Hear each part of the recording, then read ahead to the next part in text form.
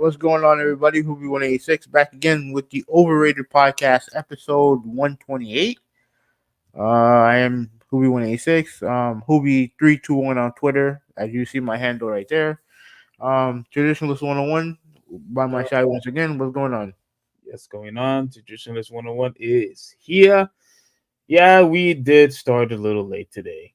I was having, camera issues and yeah, but it looks like it's running well. I kind of changed the position a little bit. I don't know if you noticed, but I kind of changed the position. It's like in a more upward, motion. So in order for me to look at it, I have to kind of look up. I just wanted to see how it looks. And I No, think it looks like, it's okay, but I'm still getting a new camera nonetheless. I'm still going to get a new camera because I'm sick and tired of dealing with this thing. Anyway, how was your weekend? Let's make this quick so we could get to the meat and potatoes. it was good and bad. That Bad dealing with I'm been dealing with a headache. Still kind of dealing with a headache right now, but you'd be fine. yeah, I'll be fine. But the good thing is, I guess this is not a topic, but I wanted to give a huge shout out to the man called Sting. Oh, really? Yeah, he retired yesterday. Had his final match. It was a tag team match between him and Darby Allin versus the Young Bucks. That match is crazy. Oh, you watched the whole match? No, I didn't watch the whole match, but I saw highlights of it. But I'm gonna have to get a chance. When I get a chance, I'm gonna go watch it, the full match. But If I do recall, you've been a huge supporter of Sting forever. yeah, I've been a fan of his for a long time. Yeah, so I'm surprised you didn't watch it if you knew this Okay, was. well, I was at work, and I was at work, and the problem with these papers, like, here's the thing, and I hope I like what I want AEW to do from now on, Mhm. right? Is they need to go on a streaming service legitimately, because Wow, you here, supporting the stream stuff? Okay. yeah, because here's the thing. I don't want to. They don't have to do it with WWE does with Peacock, right? Like, they don't have to do that. Okay. But I tried watching pay per views on Bleacher Report. BleacherReport.com, like, the app is garbage, absolute garbage. Okay. And one of the downsides of switching cable providers, and listen, I'll shit on Xfinity all I want. The facts are is that um when it comes to like functionality, they're top notch. And with Hotwire, which I like Hotwire, but they Okay. don't have the same level of compatibility that Xfinity has. What I mean by that is that if I record something on my TV, I can watch it on my phone. Oh, that's really cool. I didn't even Yeah, know. I have Xfinity. I didn't even know you could do that. yeah, all you gotta do is download Xfinity Stream, and you can do that. I can't do that with Hotwire. Mm. So they're really, plus, financially, it is $50 a show. So I had rent to pay. So I can probably pay it right now, but I'll hold off on it and watch it. I'll find a way to watch it. So, Okay. but yeah, but yeah, shout out to him. He had his final match, and it, Yeah. it was it was a gr- it was a great send off. And props to Tony Khan, props to Sting, props to AEW. They put on a great show, so I look forward to watching it. So do some quick shout outs. Obviously, right now, Nolan is here. What's going on, man? So it's like, is there any? I mean, it's not a obviously it's not a topic. Like if I knew you were going to mention him, I would have definitely probably might want to make it a topic. But so now that he's gone, like, do you have any like final words about his career and about him in general, or? He had an interesting career. He had an interesting career because he started off in 84, 85. Like he was a tag team partner of the Ultimate Warrior. Mm-hmm. I think what did they call themselves? I think they called themselves the Power Warriors or something like that. So he started with the Warrior. So that's why when I was watching when I was younger, I think I remember watching WB at first, and I'm seeing the Ultimate Warrior, Yeah. and then sometime later when I started watching WCW, and I discovered Sting, and I'm like, whoa, they had two guys who were masked. Who's the fake? Who's the phony? Not realizing, that they started together, and then they both wore the face paint, and both Yeah. guys were jacked. I really liked when Sting had the old colorful face paint, similar how because it's similar to Warriors on face paint. Mhm. I actually thought him look so much cooler in that face paint when I was younger. I didn't like his white face paint because it reminded me too much of the movie Scream, Mhm. and and that movie it kind of freaked me out a little bit when I first saw the movie when we were all obviously young when that movie came out. And when I'm starting to watch Sting a little bit more in his wrestling, it kind of it reminded me so much about it, so I just wasn't a huge fan of it until it finally grew up to me, you know because I thought he was a somewhat similar to the Undertaker, because his whole demeanor, where you see the mask and sometimes he's obviously he's in black, so he kind of reminded me of Undertaker to a degree. I know it's like the wrestling is completely different, but just visually when you look at him, it kind of reminded me of Undertaker, and then he reminded me of the movie Scream, so he kind of like freaked me out when I was a kid, when he made that huge transition. But I just wanted to say that. But go ahead. Yeah. Yeah. So like I said, he started out with Warrior. Then they separate. Warrior goes to WWE. Sting goes to NWA, and like he was when he first started, he was green, but he progressively got better, and it culminated in a match he had with Ric Flair, which was a 45-minute draw. Put him on the map, and from then on, like they put the title on him in 1990. I think that was the first time he won the title, Hmm. and like I always felt like he never, like I wouldn't say he never got his due, because like obviously people love Sting. Like everywhere he went, they went crazy for him. But I feel like some people don't give him his due because of a couple reasons. One, he was never what I would call a major draw, right? Yeah, you're right. You're right. You're right, Ruben. He got popular in NWA. Yeah, yeah, that's true. That's true. Um, but that's whole thing is confusing in its own right. But I feel like he never got his due when it comes to like media and wrestling historians, right? Because when he won the championship from Flair, he didn't draw, and that's not his fault. That Hmm. wasn't his fault. That was after he won the title from Flair. After I remember he had a bad knee injury, and then he he recovered, won the title from Ric Flair. They really did nothing with him after that.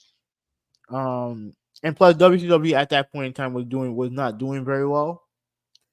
But like you said, like and then when you fast forward to when he became the Crow Sting, and Yeah. Oh he yeah, was, that's another one. Yeah, Crow. and he and like and I would say that was his peak when it comes to popularity. His peak, and the way they botched the first time they had the match with Hogan in Starrcade '97, the way they botched it, And obviously he was always popular or whatever, but I don't think he never ever really recovered because of the way they booked that fucking match. Right? All this convoluted bullshit that they did in that match. It should have been a Sting beating Hogan clean, and that didn't happen. And then this whole time, after WCW goes out of business, right? He takes a couple. It takes a year. He takes a couple years off.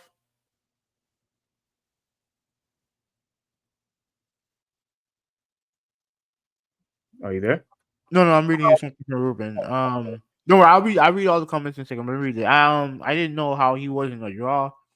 Only person who sold more shirts than him was Stone Cold, and he did nothing but killing the rafters. Okay, so he did very well, but he was never the main draw in WCW. That was Hogan. Yes, that was Hogan. Like, and what should have happened was Hogan lays down for Sting. That's what should have happened. But instead, they do this convoluted, stupid match where Hogan essentially beats Sting clean, and then they try to pretend, where I think, because it was around the time that Bret Hart came to WCW. Then, they pretend that. Yeah. Then they pretend that we didn't see that Hogan beat him clean, and they tried to. I guess you could kind of say they wanted to put it to where Bret wanted to stop another version of the Montreal Screwjob. That's what they did. Yeah, and it was a stupid match that I think hurt. And then he ends up winning the title, but it wasn't done the right way. It wasn't done the right way. And then, but then you also have to take into account you had the rise of Goldberg. That was where I think he was already in the company. He was already starting to ascend, and then by next year, Goldberg becomes the number one guy. Mm-hmm. You know what I mean? The number one babyface. You know what I mean? So yeah. So after WCW is gone, he takes some time away. He resurfaces in TNA, right? And a lot of people, I guess you could say, kind of resented the fact that he didn't go to WWE when he had a chance. Me personally, like, when he did, he was already in his early 50s at this point. And like I said, I think he did well, but he had a match against Triple H in WrestleMania. That was the Triple H won the match, which is garbage, right? Then he had the match with Seth Rollins, and that's where he gets hurt. And WWE, like, they get his diagnosis, and they pretty much tell him, yo, you can't, you have to retire. They pretty much say he had to retire.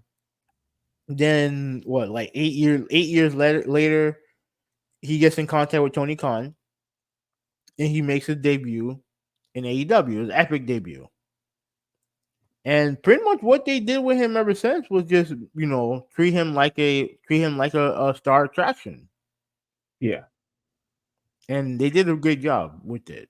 So, like, I want to do a singular video on Sting. Absolutely. So, if I get time, I'll try to do it. I'll try to do it. Let me. Yeah. Go ahead with the comments. Yeah. Let's see if I can. Let's see. All right. So obviously, Nolan's in the chat. Ruben's in the chat. How you guys doing? What's up, Nolan? No. The pay per view is on Bleacher Report. Like, Max is Discovery's parent company or whatever, but the pay per views are shown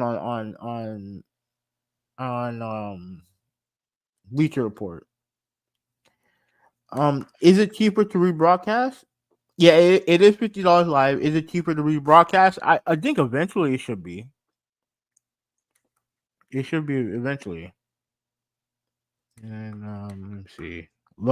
Love Clown Sting. I think he's talking about his TNA run where he kind of like mimic the Joker.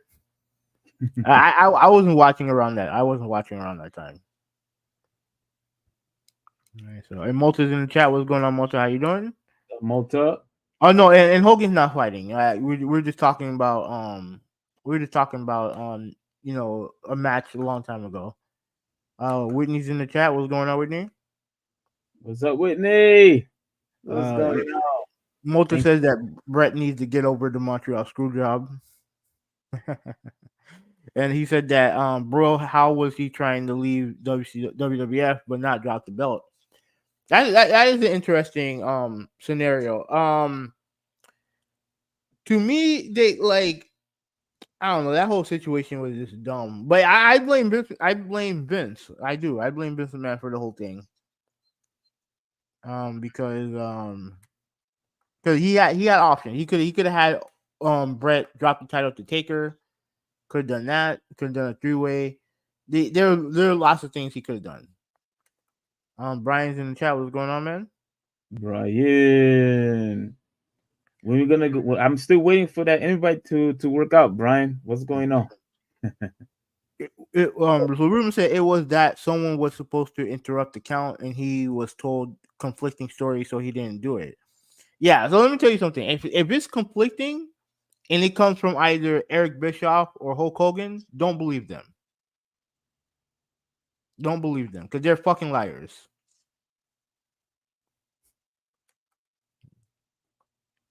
All right, I'm gonna go for a short moment to go get some Chipotle. Absolutely, bro. Go get yourself some Chipotle. You bring your headphones. Okay. So yeah. So shout out to Sting. Wrestling legend. Before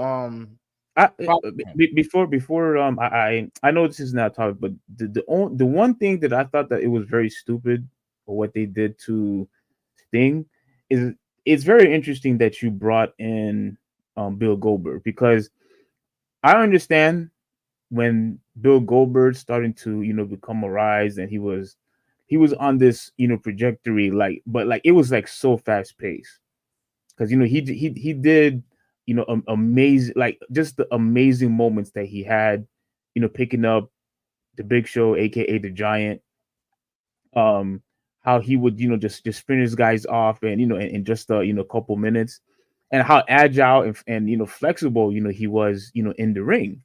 But to me, what I think the screw job that they did was that it would have been so awesome if Sting had beat Goldberg. And then out of all people, you have Hulk Hogan, if I remember correctly, Hulk Hogan, interrupted when I think he did the what's that move called again? Similar to the sharpshooter. It's pretty much the sharpshooter, but The Scorpion Deathlock. Scorpion Deathlock.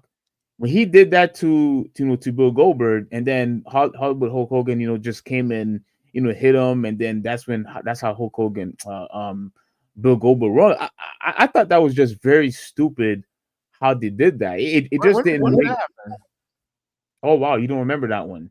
Yeah. So what happened was Sting fought Goldberg. They had a match with Sting versus Goldberg, and the match was very very close. It was they were neck and neck, with each other. And then Sting had him down. He did the Scorpion Deathlock on Goldberg. Hollywood Hulk Hogan, came in, I think hits him in the head or something like that. Goldberg gets up, does his thing, and then he wins the match. And I just said to myself, you pretty much ruined the moment. How awesome would it have been that you have those two becoming rivals? You know what I'm saying? I would have loved the fact that, because look, there was no rivalry with Goldberg with anybody. I think you could have him dominate WCW, but you could only do that for so much. Mm-hmm. And I thought the way that they did that with Kevin Nash was stupid. Yeah, I thought, him ending the streak. yeah, having not, I'm not saying that Kevin Nash is not a, because I was a huge fan of Kevin Nash, and to see him beat Goldberg in that way, I was just like, Yeah, very impressive. But then they started the whole freaking uh um NWO like all over again. Yeah, because what happened after that with the finger poke of doom? Yeah, I was I said, okay, come on, man. Come on. And like they could have done so much with the storyline between Goldberg and Sting. Because like you said, that's when Sting really, we got popular. And I felt like that was just a real screw up job of what they did with Sting, at least in my opinion. But yeah, if you get a chance, go watch that match. It was crazy, man. Okay. All right. So I missed the old Triple H, Stephanie, Kurt Angle time in WWF. With China, Eddie Guerrero, Rikishi, Hardy Boys, and Dudleys. The Attitude Era. Oh yeah. Mm-hmm. Yeah, Rock calling everyone jabronis.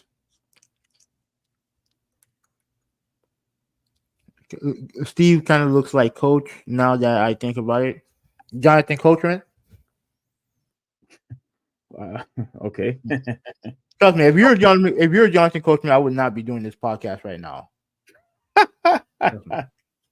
That dude is fucking scumbag. Anyways, all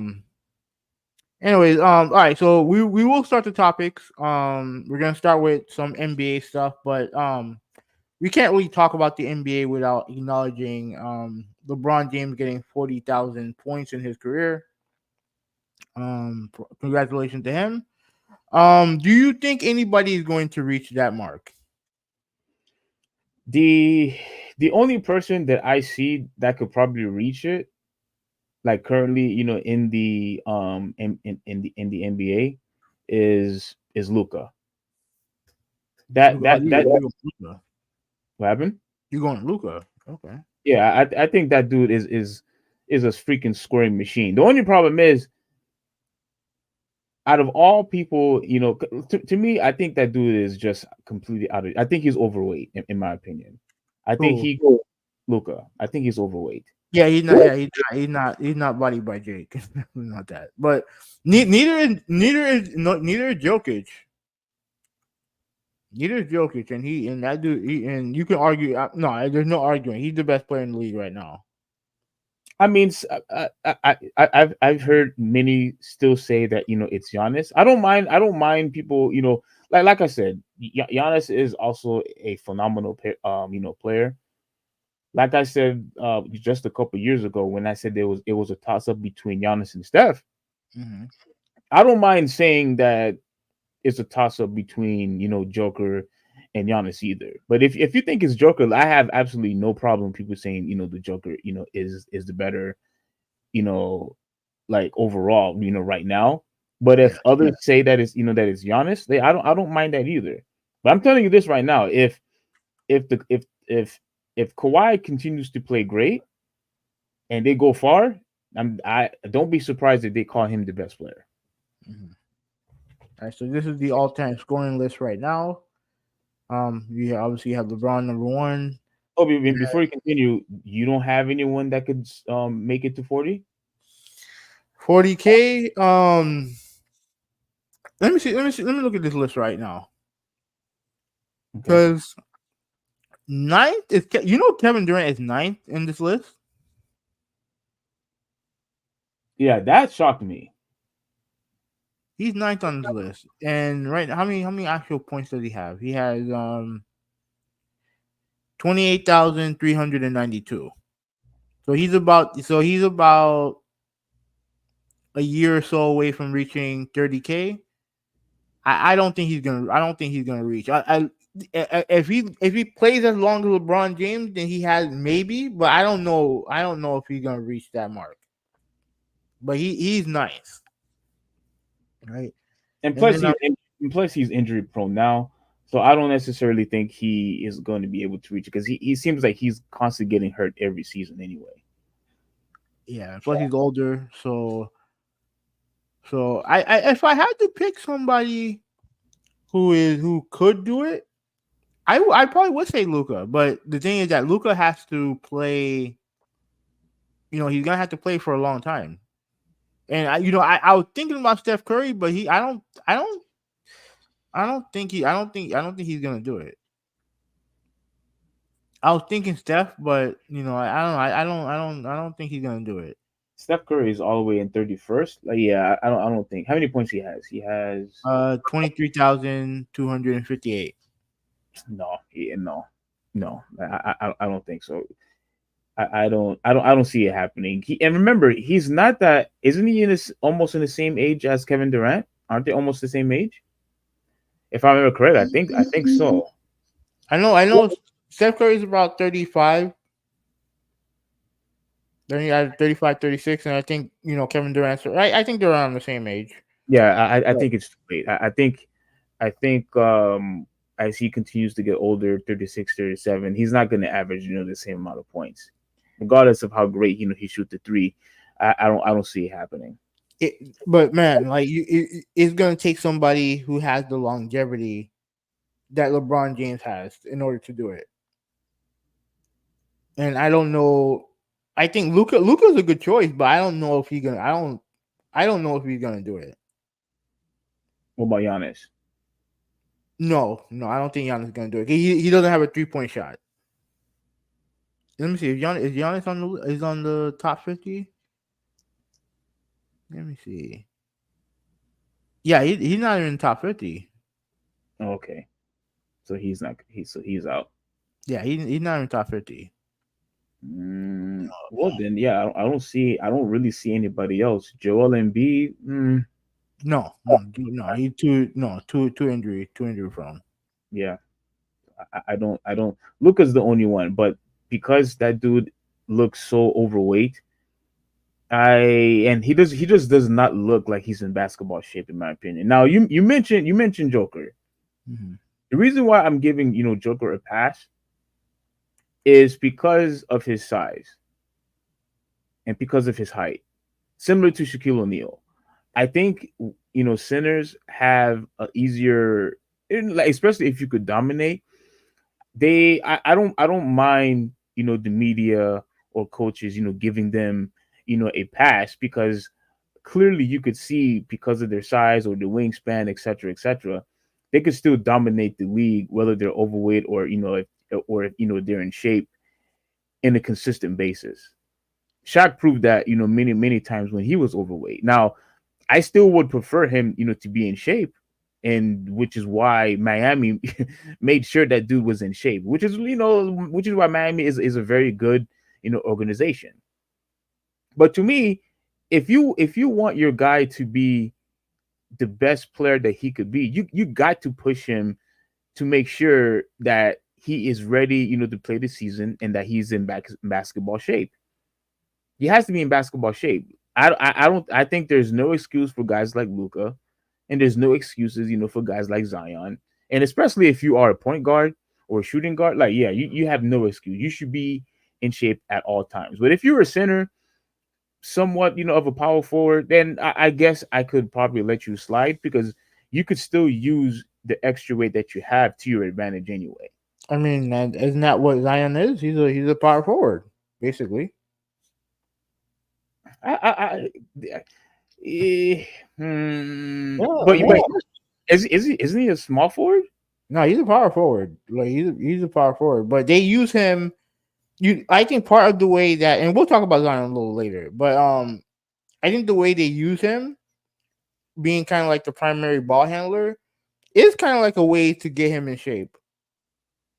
Because he's always having to carry the ball. He's always have to carry the responsibility, and like I think that's a way to get him, in basketball shape. But Yeah, but I remember a while ago when we was listening to what Kenny Smith had said. He said you should not try to get in shape, by playing basketball. yeah, You should do that, beforehand. And I still agree 100%, with Kenny Smith. yeah. You should not use basketball, to get in shape. I mean, okay. Get in And shape. then Well, go ahead.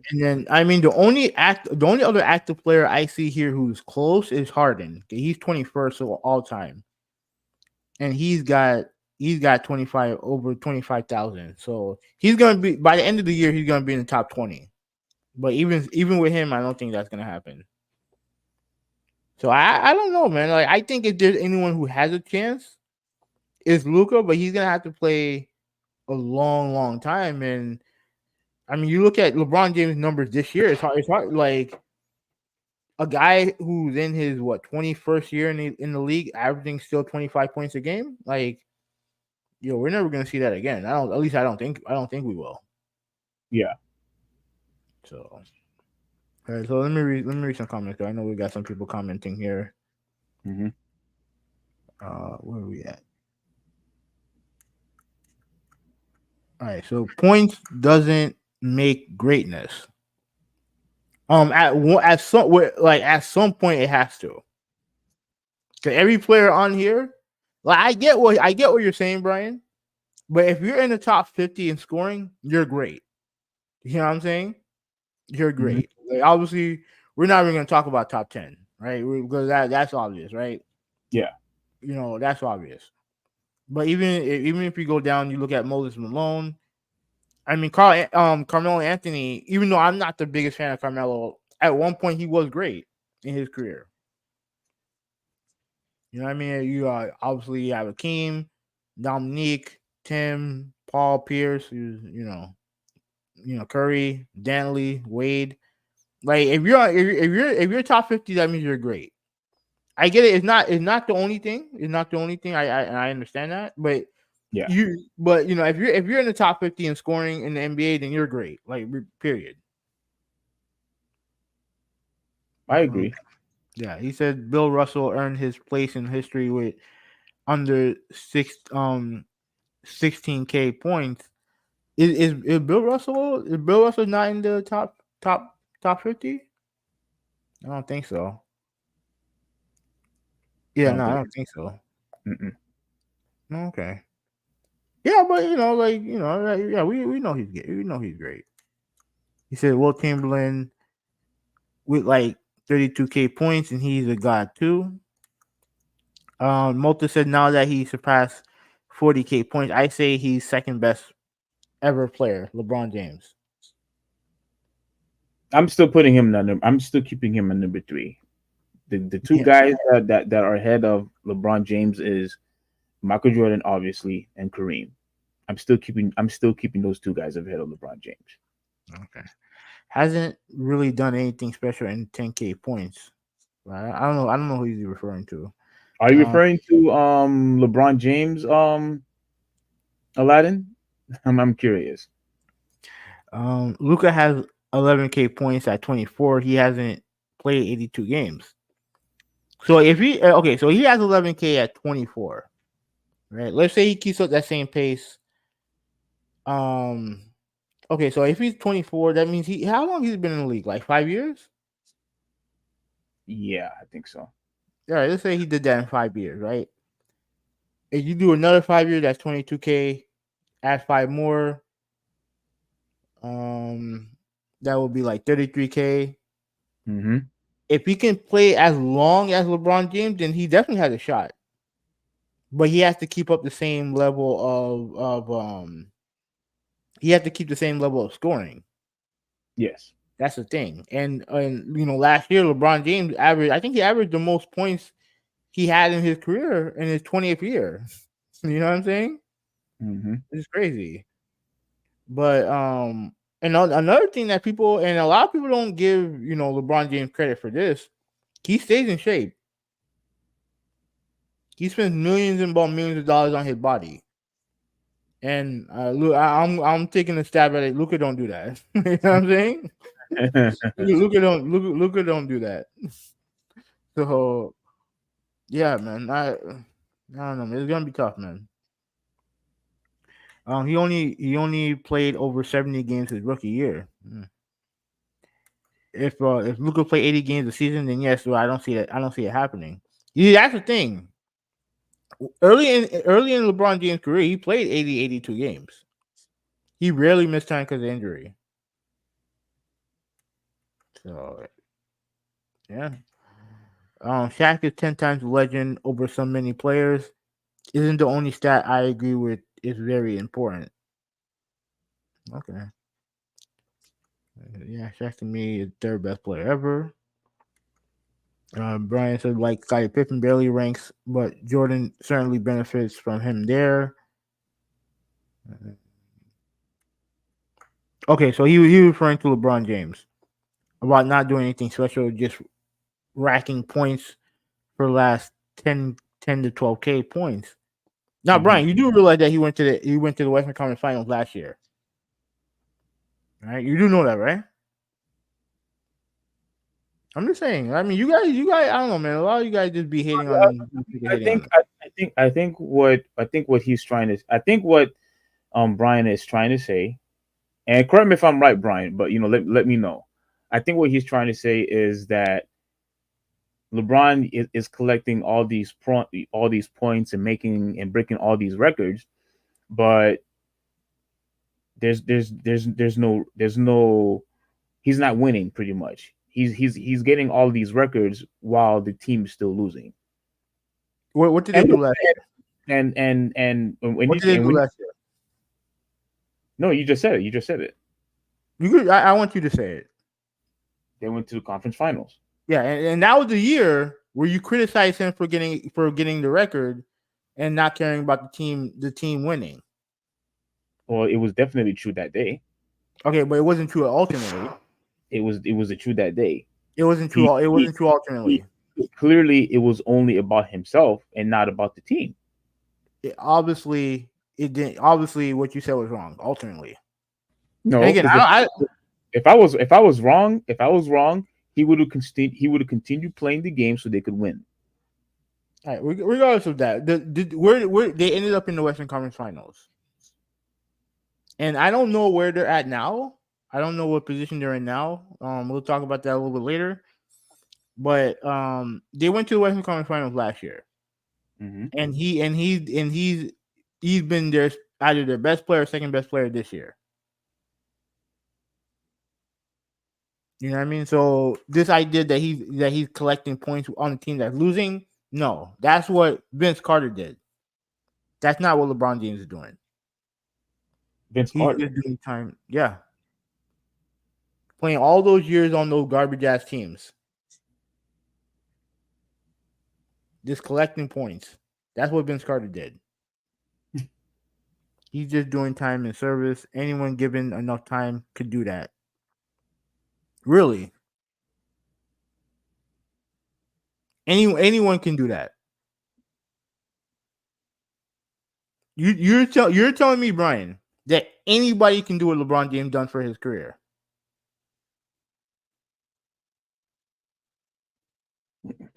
Anybody.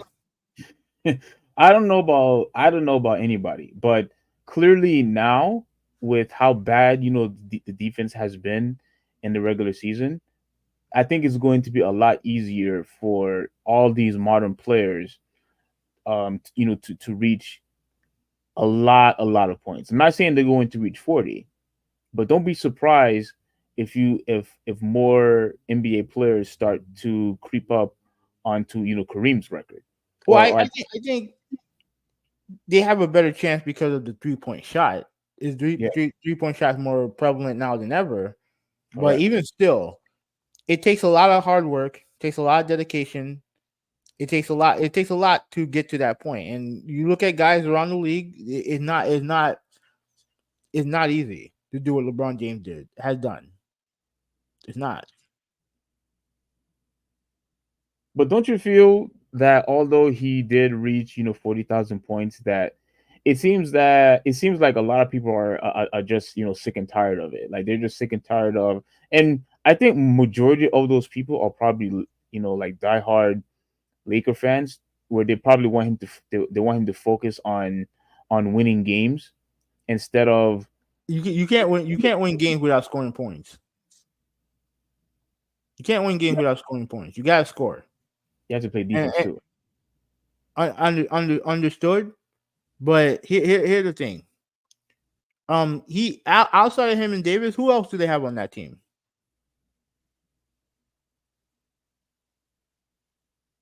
Who I else do they mean, have on that team? I mean, like as far I mean, those are the only two elite stars that they have.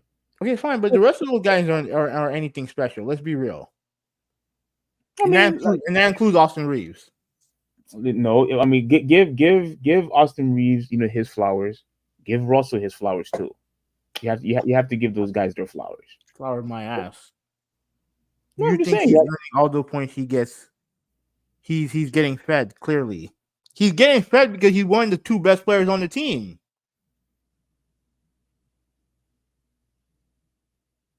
He's one of the two best players on the team. So you're telling me that if you're either one or two that you shouldn't be getting the ball? Does that make any sense to you whatsoever? Does that make sense to you? Does that make sense to you, Steve? Why are you trying to put me on the spot? Like, I'm asking you a question. I'm doing a podcast with you, me and you. Okay. Okay. So you're saying that doesn't make sense why he's claiming that they just constantly feeding LeBron James the ball. Like, look, since he is I'm gonna say AD is the top guy now because LeBron is older, obviously. But yeah, you have to give your best player and the second best player majority of the touches. However, you do have everybody else who's younger and who also needs to have a chance to shine. You know what I'm saying? So and you think that Austin Reeves and D'Angelo Russell, though, if those guys are your leading scorers, they're gonna lead them to the championship. I'm gonna tell you this right now.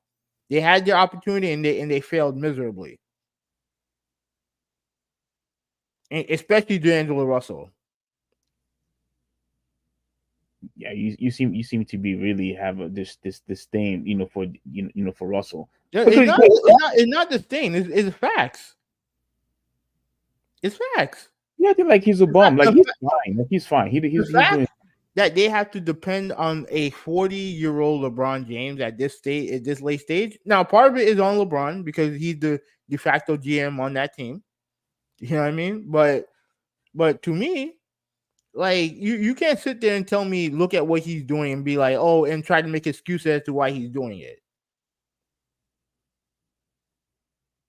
You can't tell me that with a straight face because they went all the way to the Western Conference Finals because of it, because of his play. Okay. And if he's getting them that far, that means they're doing something correct. Okay, that's fine. Okay, all of that is fine. But again, you still have to give the rest of your teammates a chance. And if you're not going to give them a chance, and if something happens, to LeBron James, like that's not a recipe for success, in my opinion. You need to give those other guys a chance, at least a chance to do what? A chance to shine. Dude, Austin Reeves was one of the top 100 players in the league because of playing with LeBron James. Even though he's not in that class. He's not. Remember with my rant this year about him and Tyler Hero. He's not better than Tyler Hero. The numbers show that. But yeah, he gets all this praise. Why? Because he played with the Lakers, and who's on the Lakers? LeBron James. So he gets his shine. And D'Angelo Russell had an opportunity to do his thing in last year's playoffs, and he didn't do it. At least in that series, he didn't do it.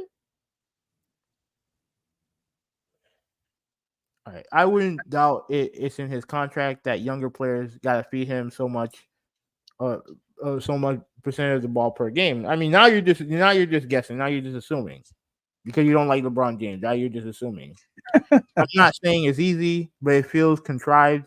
I feel like you feel Jordan earned it, but not counting his bullshit Wizards playtime points. LOL, whatever. I guess. To me, LeBron still did Cleveland wrong. You could feel that way and still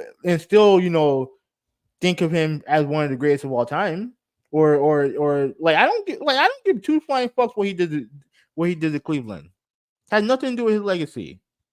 No, you're only saying that because he went to Miami. That's why you're saying that. That's why you don't give two craps about what he did to Cleveland because he went to Miami And he Okay, brought and he even helped Dwayne Wade and Chris Bosh bring 2 championships there. even if he That's went why to you care. even if he went to New York, I wouldn't care because at the end of the day, he was a free agent. Like I give two flying fuck what he did to Cleveland. Fuck Cleveland.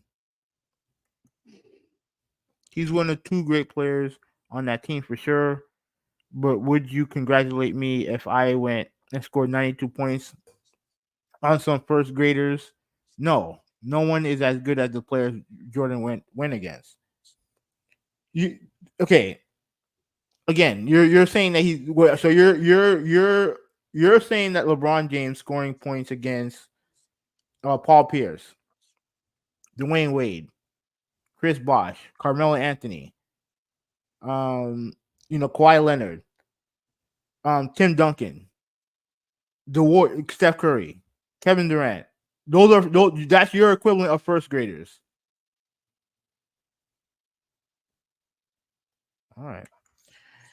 When Jordan was the top guy in his team, 100-point games, Kobe, same thing. Why isn't LeBron putting in better numbers? Wait, okay, wait. Now, Brian, now you're confusing me because now you're telling me you're saying, oh, he's only contriving he's only getting his points because they put it in his contract that they had to feed him the ball, and now you're criticizing him for not putting up better numbers. How is this making any sense? You can't accuse him of manufacturing points and then get on him for not putting up better numbers. It doesn't make sense.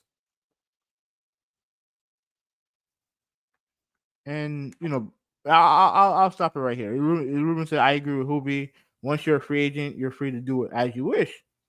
And he was a free agent. No, Ruben. You weren't that young when that decision happened. You know why people got upset. You know why people got upset over it. It's not just because he had left, Cleveland. It was the way how he left Cleveland. For goodness sakes, they actually had a show of what decision he was going to make. Embarrassing Cleveland, embarrassing this, the city of Cleveland. You know what I'm saying? Like I think that show and declaring that he was going to Miami, yeah, a lot of people got pissed off about that. A lot of people got pissed off that he was not 1, not 2, not 3, not 4, not 5 titles, thinking like making it seem like he already won these championships. Yeah, it rubbed a lot of people the wrong way, the way he handled it. I think that's the reason. I don't necessarily think people got upset that he left. I think they got upset the way he left. So what was the way? So the way he left is the reason why people are upset. If he just said, "Oh, I'm going to Miami," people wouldn't be upset. Not the way he did. If it was just a regular, oh, I'm just moving to another city, I think that would have been fine. But because if he did the show and decided, okay, I'm going to go to Cleveland, I'm going back to Cleveland doing the show, and that makes it better. Wait, no, because if it wouldn't make it would be stupid to have a show if he was going to just stay to where he is. Okay, that wouldn't make any sense. Why have a show to announce, oh, I'm staying in Cleveland, the team that drafted me in the first place? Like, I don't think that. I knew for a fact that once that show happened, he wasn't going to stay in Cleveland. He was going to have all this production and create all this hype just to announce that he's just going to stay in Cleveland. I knew he was going to leave. I didn't. So you're upset that he did the show. No, I'm saying no. Me, I don't care. I think that's what a lot of people were upset about, the way he handled it. Not me. By doing the show. By doing the show. And having this big giant party when he went to Miami. Since when did you see that? Since when do you see people announcing they're going to win multiple titles, having this big like as if it was a parade? Like nobody do that when they're a free agent and they go to another team. Of course, people going to get upset about that. So so they're mad about the show. Then they're not mad about it. So you're saying that they're mad about the show, not who he chose. Because I'm telling you, if he left Cleveland, no matter what happened, he was gonna get shit for it. And then the whole peacocking and him going to Miami thing, I mean, if you guys want to be upset about it, it's fine. I don't really care, for obvious reasons. But Of course, it's Miami. What? But even if he went to New York, it didn't matter to me. It is what it is. All right, so you're saying that recently LeBron is scoring against mid players now that don't compare to the crazy lineup from the late 80s, 90s that Jordan played against. Okay, so you will consider the Warriors to be one of the best teams of all time, right? Yes. Okay. Jordan didn't play any team that good. He didn't play any team that good. No, the Utah Jazz both times that was a very good team. That was a phenomenal team. They were a good team, but they weren't the Warriors. The Pistons, as great as they weren't the Warriors. The only team that I can think of to where he played an all-time great team was those Boston Celtics, 86. And Jordan got swept by that team, if I'm not mistaken. Now, it wasn't his fault. It definitely wasn't his fault. He did as good as he can because he didn't have much around him. But that all-time team, like he went up against that's an all-time team. LeBron James been through some fucking gauntlet teams. You don't play that long without playing against great players. Like the whole argument is just silly to me. Shouldn't LeBron put up 100-point games if he's that much better than who he's against? Who puts up 100-point games now? Are you talking about him individually or him as the team?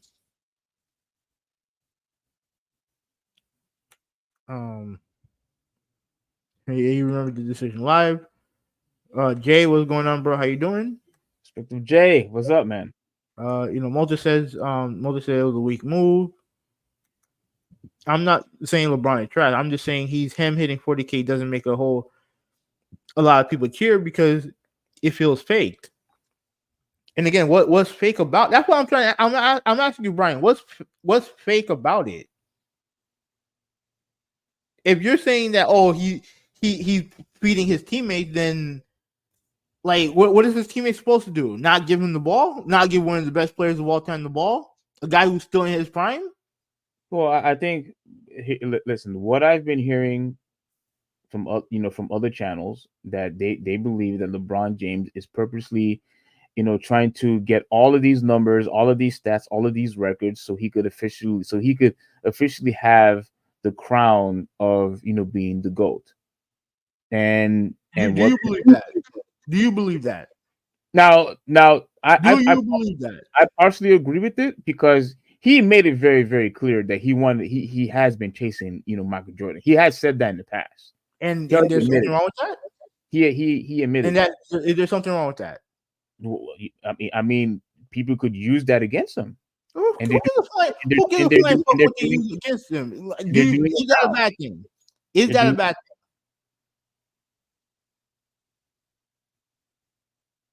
Hey, can you hear me?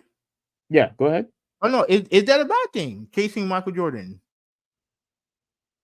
I mean, there's nothing to chase. He's not going to surpass. That's not what I asked you, bro. Wasting his time. Steve, that's not what I asked you. He's wasting his time. That's not what I asked you. I asked you, is it wrong to chase Michael Jordan? Because I guarantee you Kobe did. And he failed. No, he didn't fail. He won 5 championships.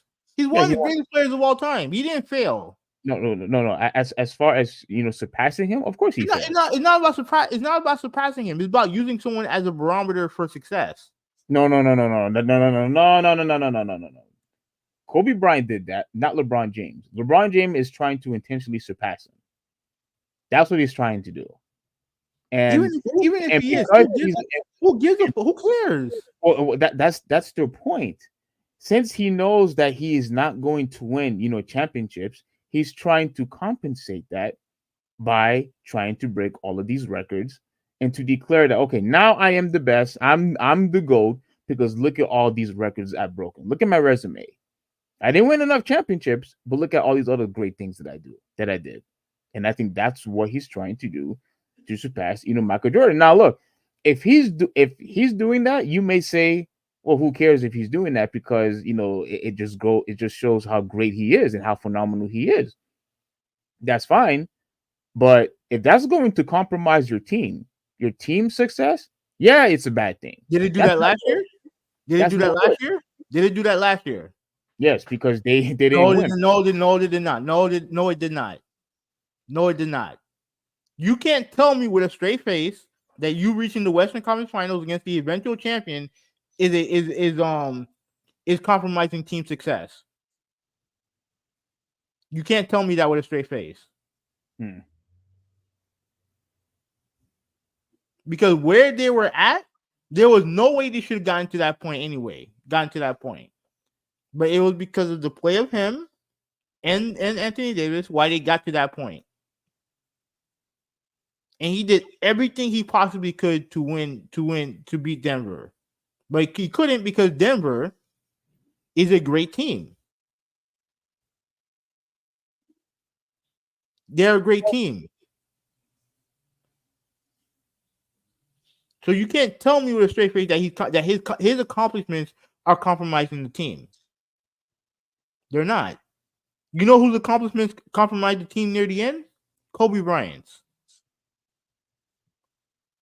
Because he was playing all those minutes, despite the fact that he was no longer good. No, okay. I thought you was either gonna say Allen Iverson or Carmelo Anthony. No. Because like they don't have those same type of careers. They don't. They got pushed out the league. That didn't happen with Kobe. That's not going to happen with LeBron. And obviously that didn't happen with Jordan. When you're an all-time great, you get to choose how you leave. And I look at the numbers that he's putting this year. There's no way anyone can tell me with a straight face that his success is compromising the team's success. It's silly. It only comes for people who hate LeBron James. That's all it's coming from. Brian says keep reading, and actually I agree. You should probably keep keep reading because I have a topic to discuss to talk about. Always, yeah. Of course, after KD going to the word, many forgot about LeBron's decision. See your contract out. Don't have a temper tantrum unless your team does you like the Blazers did Dame. Yeah. True. Of course, LeBron was less of a B than KD. Made up to sell tickets just for the story. Was made up to sell tickets just for the story. Him playing basketball at a great level. Him breaking the scoring record. That's made up. Come on, Brian. You gotta get that hate out your heart, bro. It would be anticlimactic to do the show and stay. Yeah, that's true. That's actually true. Join his friend to be his enemy. Yeah, because LeBron joined his friend to be. Yeah, okay. Yeah, that's true. Yeah, but again, Malta, like I said many times, at the very least, when he went to Miami, the whole league was still able to compete. The league couldn't compete anymore once KD went to the Warriors. LeBron, I actually like this part right here. KD joined his enemies to be his friend. I do like that contrast. Because I don't know if I necessarily agree, but that definitely is a good dynamic. That's very good. The city would have seen it coming and wished him well. Let's see. Kobe, loyalty to Lakers. Jordan, loyalty to Chicago. LeBron, loyalty to LeBron. Okay. Now, let's ignore the fact that Kobe Bryant asked for a trade from the Lakers because he was so loyal that he asked for a trade.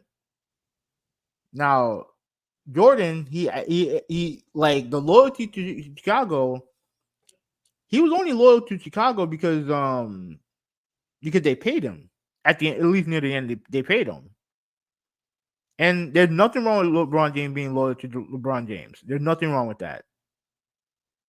At the end of the day, he's playing to preserve his legacy, just like every other player does. So,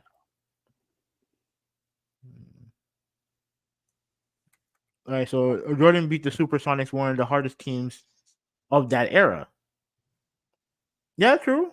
But are they to the level of the Warriors of 2016, 2017, 2018?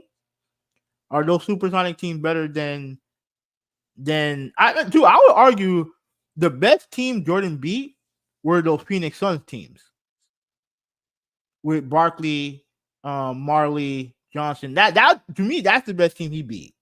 Yeah, but let's be real here. Let's be real. That Warriors team that you mentioned, just a few seconds ago, that's unprecedented. You know what I'm saying? Like that's an aberration. Going to a team that already won a championship, going to a team that had the best record, they beat Chicago Bulls record. Like we all know for a fact that regardless of how LeBron James was or how anybody else was during that time, nobody was going to beat that team. Nobody. So that to me, that was just an aberration. It's still fine that you want to compare. Oh well, that's the hardest team, for LeBron. Like no, Jordan never faced someone like that, but we never seen something like that done before. We never seen, because one could argue that's equivalent to if Shaquille O'Neal went to Chicago. You know what I'm saying? Like like what would be the point? Like the team is already dominating enough without you anyway. So for KD, to go to the Warriors and then, I could win these two easy championships. Of course, that was going to happen. All right. So Ruben said Pistons and Jazz were up there. He said Mulder said Jordan had to get past the Pistons, which was tougher than any competition LeBron ever had to face. I don't agree with that at all. Those Pistons, they were no joke. Yeah, they beat the shit out of them. But do I think that as a team, that's the toughest team, and LeBron never faced a team tougher than that? Like, I don't agree with that. Like, he had to go against the Warriors 4 straight years. You know what I'm saying? Like, he had to go against those San Antonio Spurs, one of the best organizations of that era. You know what I mean? Like, like I said, I get what you guys are saying. I get it. You know what I mean? But I don't know, man. You guys, I feel like you guys just do way too much trying to diminish LeBron's accomplishments. LeBron beat by Jordan. Well, Jordan beat Boston. Jordan beat Pistons by getting stronger in the weight room. LeBron beat Celtics by joining Wade and Bosh. Didn't he? Oh, your camera's out, by the way. Yeah, I'll fix it. Didn't he? No, he never beat Boston in the series. No, he didn't. But yeah, he got stronger in the weight room. But he also had teammates who had to get him over the top.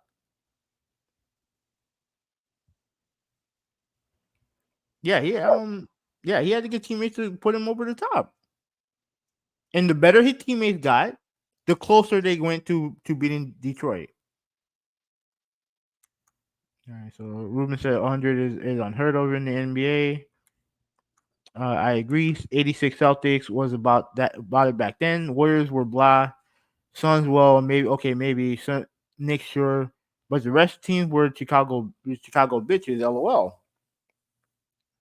Yeah, and I agree with that. But I feel like LeBron James has faced just as many hard teams as that, if not more. Just remember this, guys. Rodman is who Draymond thinks he is. No, they're different players. They're very different players. Obviously Rodman. Obviously Rodman was an amazing rebounder. But yeah, they're different. They're different type of players. So I wouldn't compare the two. But yeah, they're both great players. Malta said that Kobe definitely failed chasing Jordan. Jordan's number one before Kobe died. Most non-Laker fans had him at number 8 to 15 all time. That's true. Ryan said Jordan will still be the GOAT. He did it with class. Oh my God. Oh man. He did it with class, style, most rings. He didn't have the most rings. The Olympics. LeBron knows he would never pass Jordan as greatest, so he tried to pass stats. And if your team wins, what's the problem with that? If your team wins, what's the problem with padding stats? It's one thing if you're not good and you pass stats, okay, we can talk. But if you're one of the greatest players of all time and your team wins because you're good, how is that a bad thing? And this whole thing with class, style, most rings, the Olympics, LeBron James has all those things. He has all those things. Wait, what do you mean by style, Brian? No, he's just saying that he likes the way he plays, and he doesn't, and because he likes Jordan, he doesn't like LeBron. That's what he means by that. You talking about LeBron's style was actually, you mean like flopping? That's LeBron James style, flopping and constantly complaining to the refs all the time. That's his style. Changing the narratives, that's his style. Again, it's coming from someone who hates LeBron James, but who's someone who's a drama queen. That's his style. Okay, that's it's fine. I heard a lot of the same crap when you said about Kobe too, so it's fine. Kobe, Jordan has more points per game, and those top 3 steals records.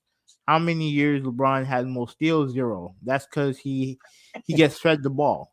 Wait. How many years? Okay, 0. But that's because he gets fed the ball. How? Okay. Oh man. Go ahead, say your piece so I can start. Say your piece quickly. Go ahead. Oh man.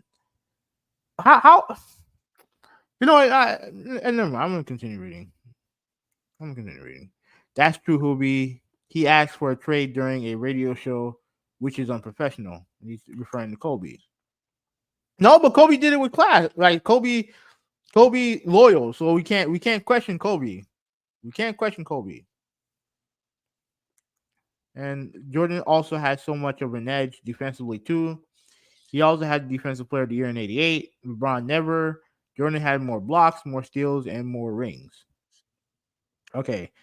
All right. When it comes to Defensive Player of the Year, right? I've always maintained there was a time period where LeBron James should have won that award.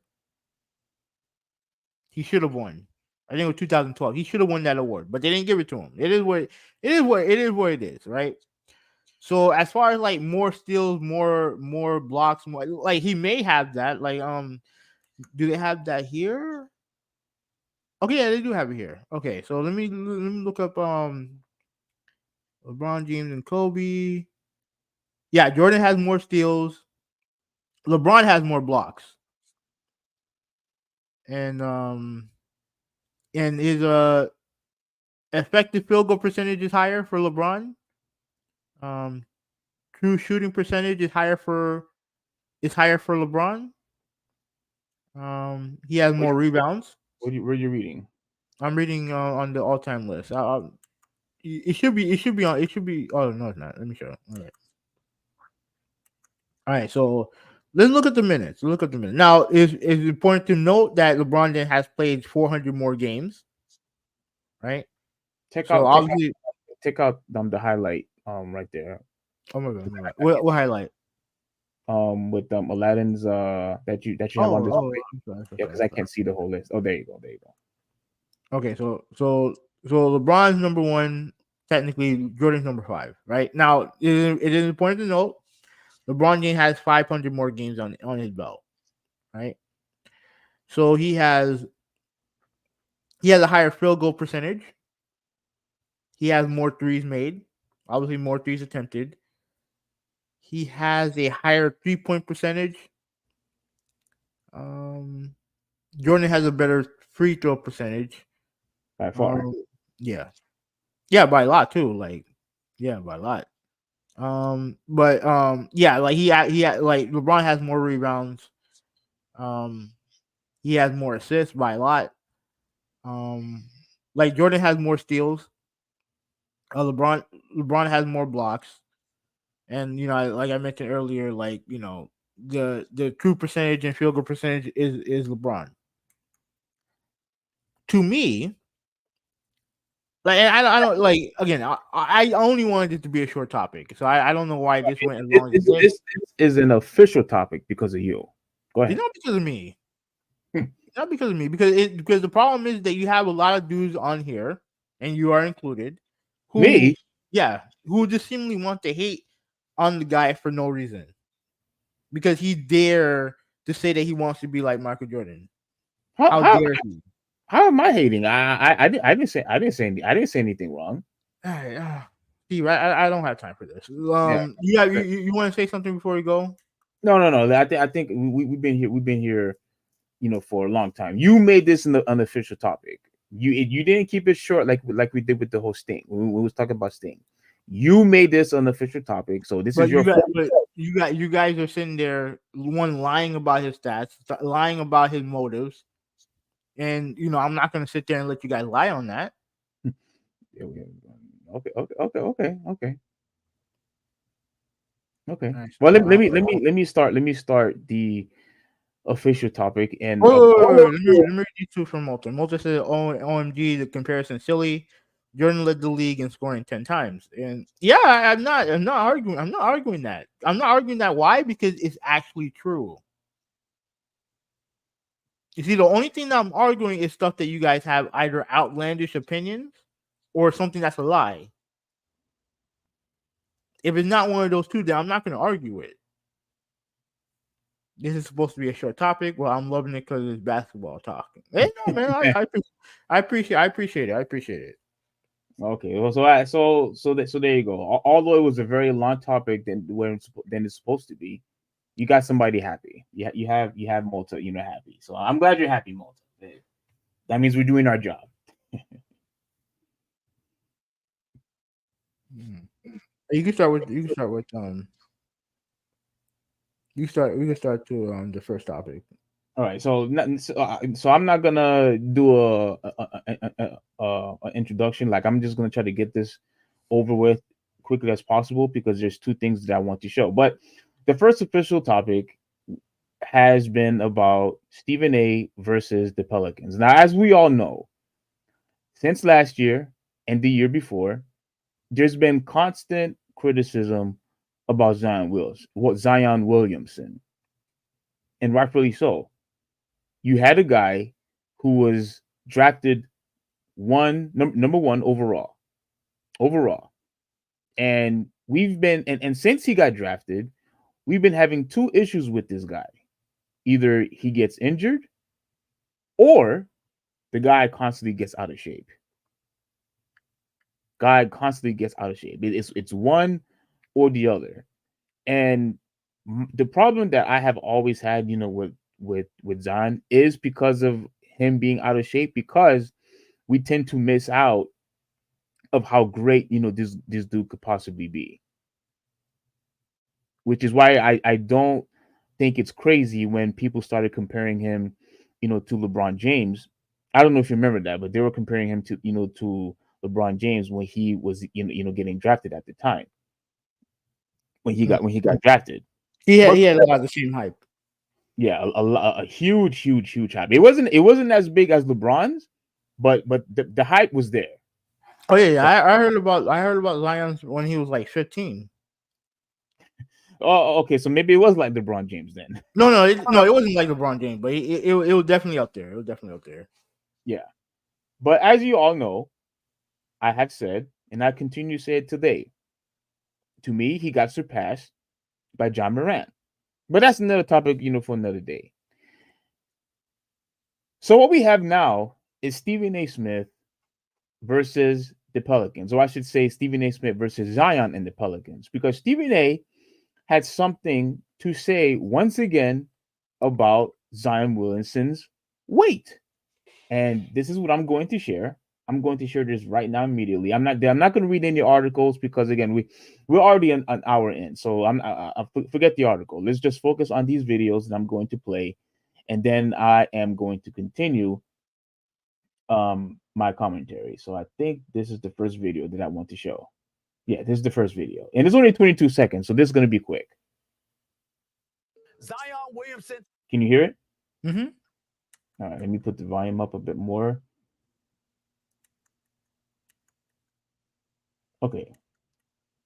Let's go. Zion Williamson, it's not about his game. It's about how many burgers he's eating and whether or not he's going to be in shape, or is he going to keep eating McDonald's and have chefs clamoring for him to come to their restaurants. That's what he has to prove, that the chefs don't love him any longer, okay? And being in shape. Outside of that, you look at New Orleans and you say to yourself, okay, they can have a chance, but you don't know about it.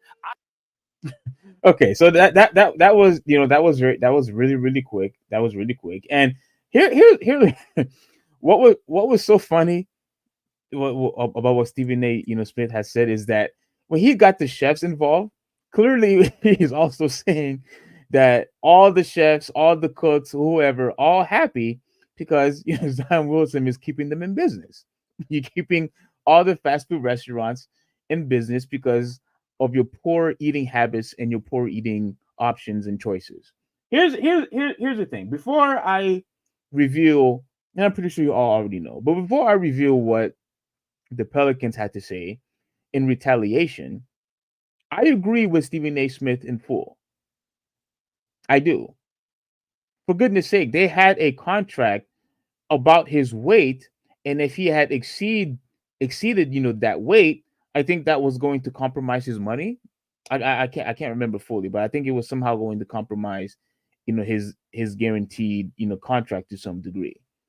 When you have to put that in the contract, when you have all these sports analysts constantly complaining about your weight, clearly that's an indication, at least to me, that you truly don't care. You don't care. You're and to some degree, you are compromising your team because you're not playing at the best of your ability because you're not in shape. Clearly, you have to be in shape if you want to succeed. You're not Shaquille O'Neal. You're not Joel Embiid. You're not Joker. You're none of those guys. And if you're going to continue to get hurt, and if you're going to continue to get fat, no, I do not see any success in the near future for you. And you have a good team. And I think right now the Pelicans are in the in the 5th seed, I think. 5th, what happened? I'll check. Okay, yeah. So while you check, and if I'm wrong, you could correct me. But I think they're like in the 5th or 6th seed right now. And you have, to me, they can compete for a championship. They can. And this is once again. Yeah, 5th seed. What happened? You're 5th seed. 5th seed. Okay. That's what I thought. Okay. They're in the 5th seed right now. They have the potential to continue to move up. But the problem is if Zion Wilson is not going to be in basketball shape, and if he's not going to be in basketball shape in the playoffs, they're not going anywhere. I'm sorry, they're not going to go anywhere. So I'm sorry to say this. Now you could say that Stephen A. Smith could have been more delicate in his response, but we have been talking about this for years now when it comes to Zion. For years. And I believe that the organization, I believe that his teammates should do everything that they can possibly can to keep him accountable. They need him in order for them to succeed. You're the number one guy. And if you're going to display laziness on TV, laziness in your organization, then stuff like what Stephen A is saying in the public to the viewers, more people are going to start saying it. More people are going to start embarrassing you. More people are going to start talking negative, about you. Because what we should be talking about is, are the Pelicans able to win a championship? Are the Pelicans are a championship contending team? Not what food are you eating, but it's because of you, Zion, that is the main discussion that people are talking about. Not because of your team success. And that's unfortunate because of your bad eating habits. Now, do you have anything to say before I show No, what the Pelicans said on Twitter? no. Okay, that means you agree with me. Okay, so Oh, don't say that. I mean, usually when Do you not. No, I've heard all this before. usually when you have nothing to say, that means you agree. No, I've heard all this stuff before. Like, let's move on with this. I'm moving But on. do not mischaracterize. Don't mischaracterize my thought process on this. 'Cause I don't have much to say, to be honest with you. Okay, so this is what the Pelicans had to say in response. Oh, did I share this? Oh, okay, I'm sharing it. This is what the Pelicans had to say.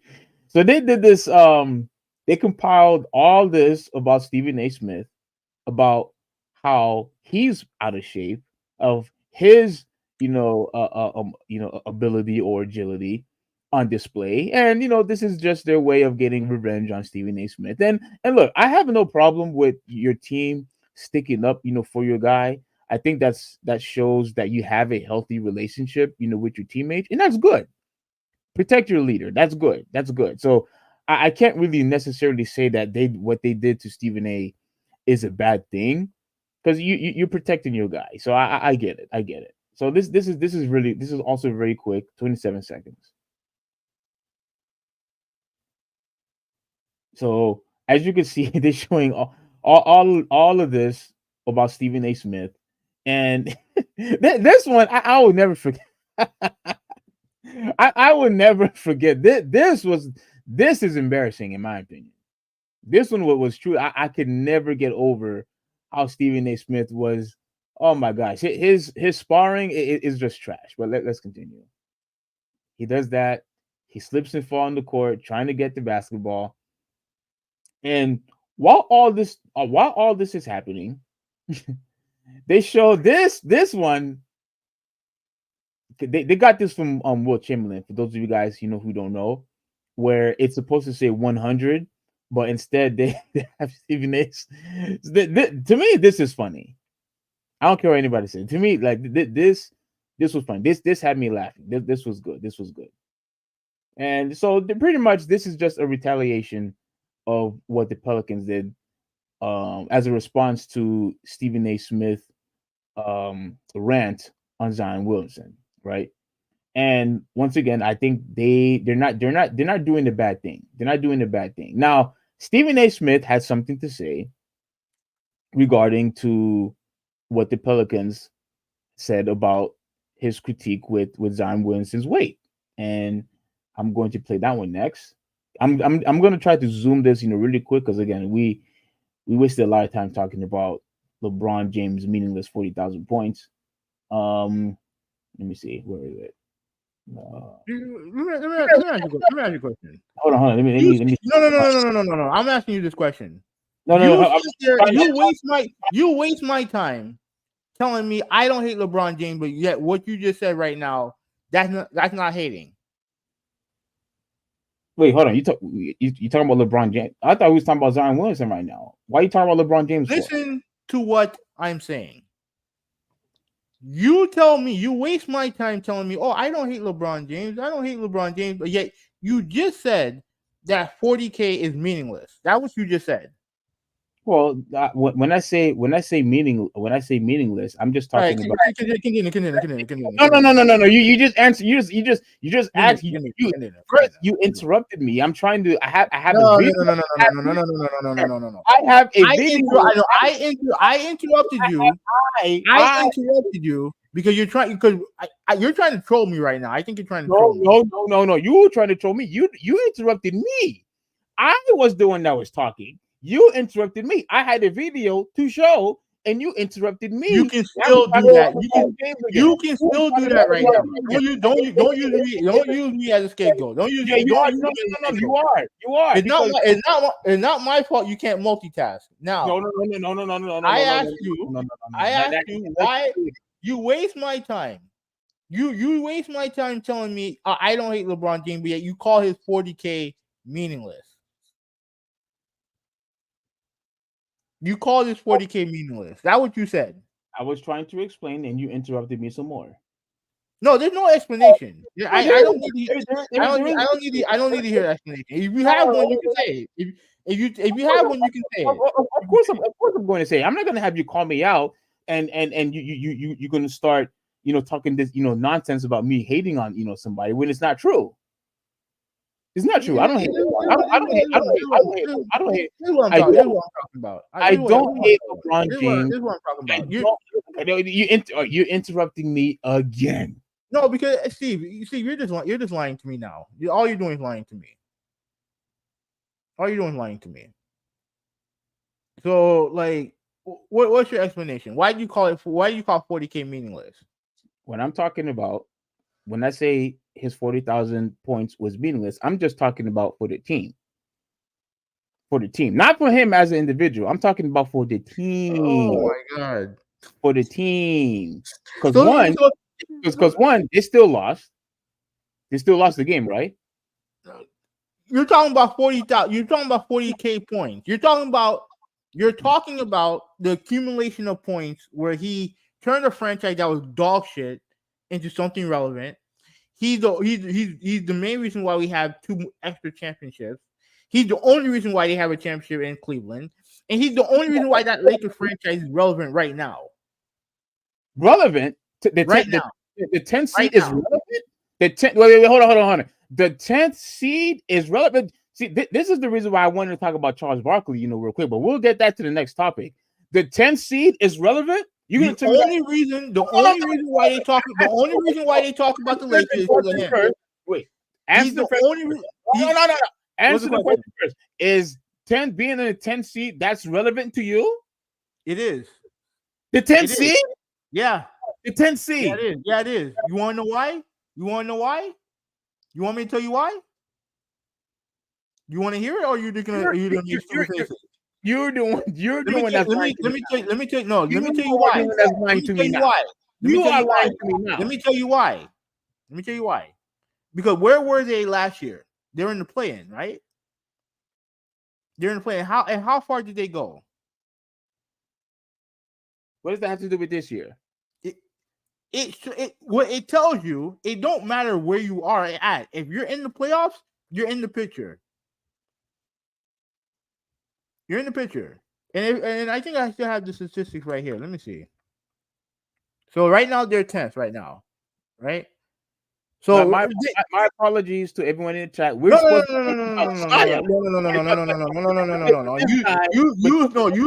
You started this. I'm gonna finish it. You started. I'm gonna finish it. So right now they're 10th right now, right? They're how many games do they have? Okay, so they're only a couple points behind the Warriors. They're not that far away from Dallas, and they're not that far away from Phoenix. Hell, they're not even that far away from Sacramento. You're still number 10. They are number 10. But the reason why they're relevant is because they were in the play-in last year, and they got all the way to the Western Conference Finals. So don't tell me it's not relevant. They clearly are relevant, and then the main reason why they're relevant is because of him. That's why they're relevant. You can continue. Okay. Being in the 10th seed is not relevant. If you are in the playoffs, then you're relevant. When you are in the top 4 seed, that's when you become relevant. But yeah, we're talking. But hold on. Now you're contradicting yourself right now. We are talking about a 5th seed. If you say, oh, if you're in the top 4 seed, you're relevant. We're talking about a 5th seed. Okay. In a basketball personality, you don't even care. You don't even like. Wait, hold on. You know what we're talking about when it comes to Zion and Stephen A. Smith. I didn't want to talk about it. Well, you didn't say anything, so I mean, you didn't say anything. No.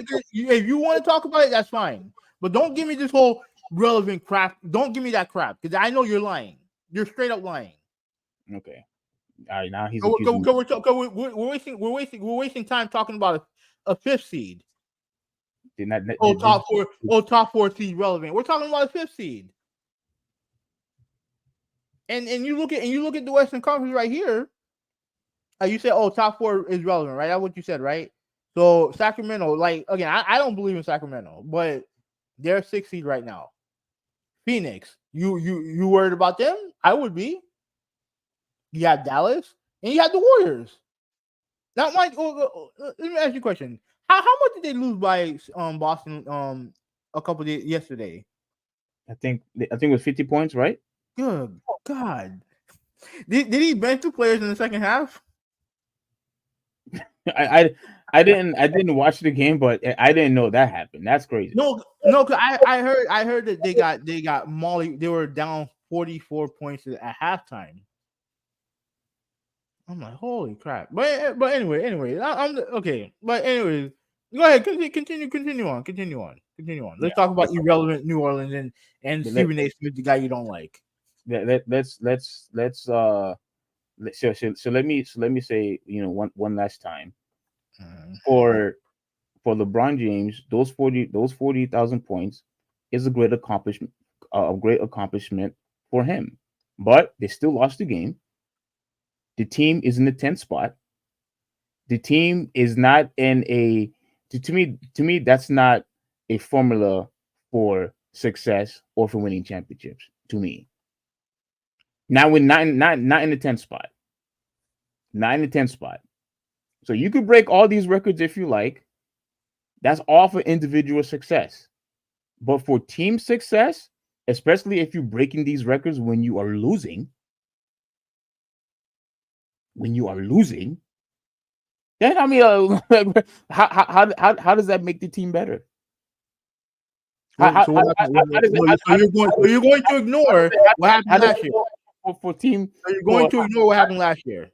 How does that help the rest of his teammates when all you pretty much doing is just working for self, playing for self?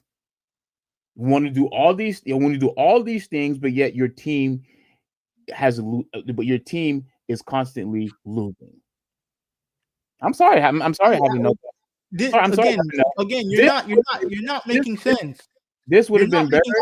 This would have been better if he was in the 1st seed, 2nd seed, 3rd seed, 4th seed, etc., etc. But to be all the way in the 10th seed, come on, bro. And because of that stupid playing that they implemented just a few years ago, that's the only reason why he has a shot to even make the playoffs, because of the play-in. That's it. Isn't that what happened last year? That's it. Isn't that what happened last year? You're talking about this year right now, dude. I'm talking about last year. They did the same thing last year. And look what happened. So you can't tell me that what he's doing, like, look, just don't tell me you don't hate LeBron James, because that's not true. Just stop telling me that. No. Stop telling me that, because all you're doing is feeding me lies. That's all you're doing. Mm-hmm. All you do is feeding me lies. The same guy that you go on social media. You go on social media. You talk about ingrate Laker fans who hate LeBron James for no reason. You listen to their stupid arguments and you implement them and you bring them to me. That's what you're doing. Again, they did the same thing last year. They were hovering around the 8th, 9th, 10th seed, right? They came in through the play-in, and not only did they win their first round matchup, I forgot who they played. Oh, Memphis. They played Memphis. So they beat Ja Morant. Then they beat Steph Curry. and then they lost to the eventual NBA champion. After all this, he's stat padding, he's not helping his team. He's the only reason why they were even remotely close in that series. And he's doing it at age 39. And now, at age 40, still averaging 25 plus a game, right? And now you see that right now they're not in a bad spot. They'll make the playoffs. They're gonna be in the playoffs. They're not in a bad spot. The 10 No, they're not. Spot. They're not in a bad spot. They're not. Get out of here, dude. Get out of here with that garbage. They're not. They're not in a bad spot. They're not. Because you look at the teams that are ahead of them. OKC. I didn't expect that. I expect them to be good. I didn't expect them to be, number one seed good. Minnesota. I didn't expect them to be this good. Obviously, you had defending champions. Then you had the Clippers, New Orleans, Sacramento, Phoenix, Dallas, Golden State. That's a murderer's row of teams that they're going up against. That's a murder. Okay, bro. Look. Okay, so you have Let me name you. The season ended today. Here, who are the guys who are going to be in the play-in tournament? Right? Kevin Durant, Bradley Beal, Devin Booker, Luka Doncic, Kyrie Irving, Steph Curry. I'm only counting Steph Curry, Anthony Davis, and LeBron James. You were trying to name multiple guys per team. No, I'm not counting. I'm not counting any of those guys. To me, that's the Steph Curry show right there. To me, that's the Steph Curry show. Okay, right. But you look at dude. This is, if you combine these four teams, like you have half the All-Star team in this. You have half the All-Star teams in this. And you can't tell me, like, if one of these teams win, if either Phoenix and Dallas win, they're gonna be playing number one. They're gonna be playing OKC, and as good as OKC, no, they will be playing Minnesota, and as good as Minnesota is, would you bet Phoenix against Minnesota? I'm picking Minnesota because I'm picking Phoenix. They could play defense. Kevin Durant is not going to be able to handle their physicality. I'm picking Phoenix. I don't trust Minnesota. Like, I trust Anthony. I trust Edwards. I trust Anthony Edwards. I don't trust Cat. I don't trust Cat. I don't trust Anthony Towns. You know what I'm saying? But yeah, they're not in a bad spot. They'll be fine. Like I said. They may lose the play-in. They might as well lose the play-in because of all the teams in that list, the only team I think has less talent than them is the Warriors. But they have Steph Curry, and Steph Curry can beat you by himself. Yeah, he's proven that against Sacramento last year. Oh yeah, that dude, man, when he wants to get aggressive, man, that dude is scary. Beat you inside and way out. That's no joke. But yeah, we obviously got sidetracked. No,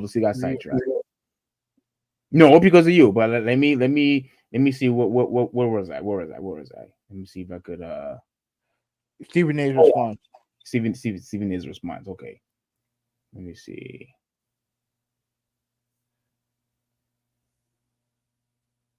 I had it, and then this is all Huvvi's fault. Okay, let me see. Where is it? It's not my fault. You can't multitask. Okay, here it is. All right, let me pop it up. Okay, so this is an 18-minute long video, but I only want to go to just I think midway of where the video is with him responding, and I have something additional to say after we play this video. I think it's up to here. Nor CJ McCollum, nor Brandon Ingram. No. nor any of them. I think it's going back a little bit more. When he made me shoot in a suit and tie before I did an interview with him with no warm-ups. You missed me shooting last week, though. There it is. I'm making this up. My bad. Come on, y'all. Ooh, In New Orleans, you didn't think I was going to let you off the hook, did you? I don't know who put you up to that.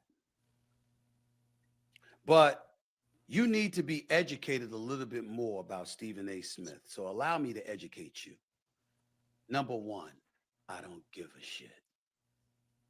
It doesn't bother me that you troll me. I can take it. You see, do you realize that at Division II Winston I heard you laughing. What happened? No, I was looking at something. Oh, okay. Salem State, I could have been on the court averaging 20 to 25 a game, and I still wouldn't compare to a single one of y'all who've made it to the NBA?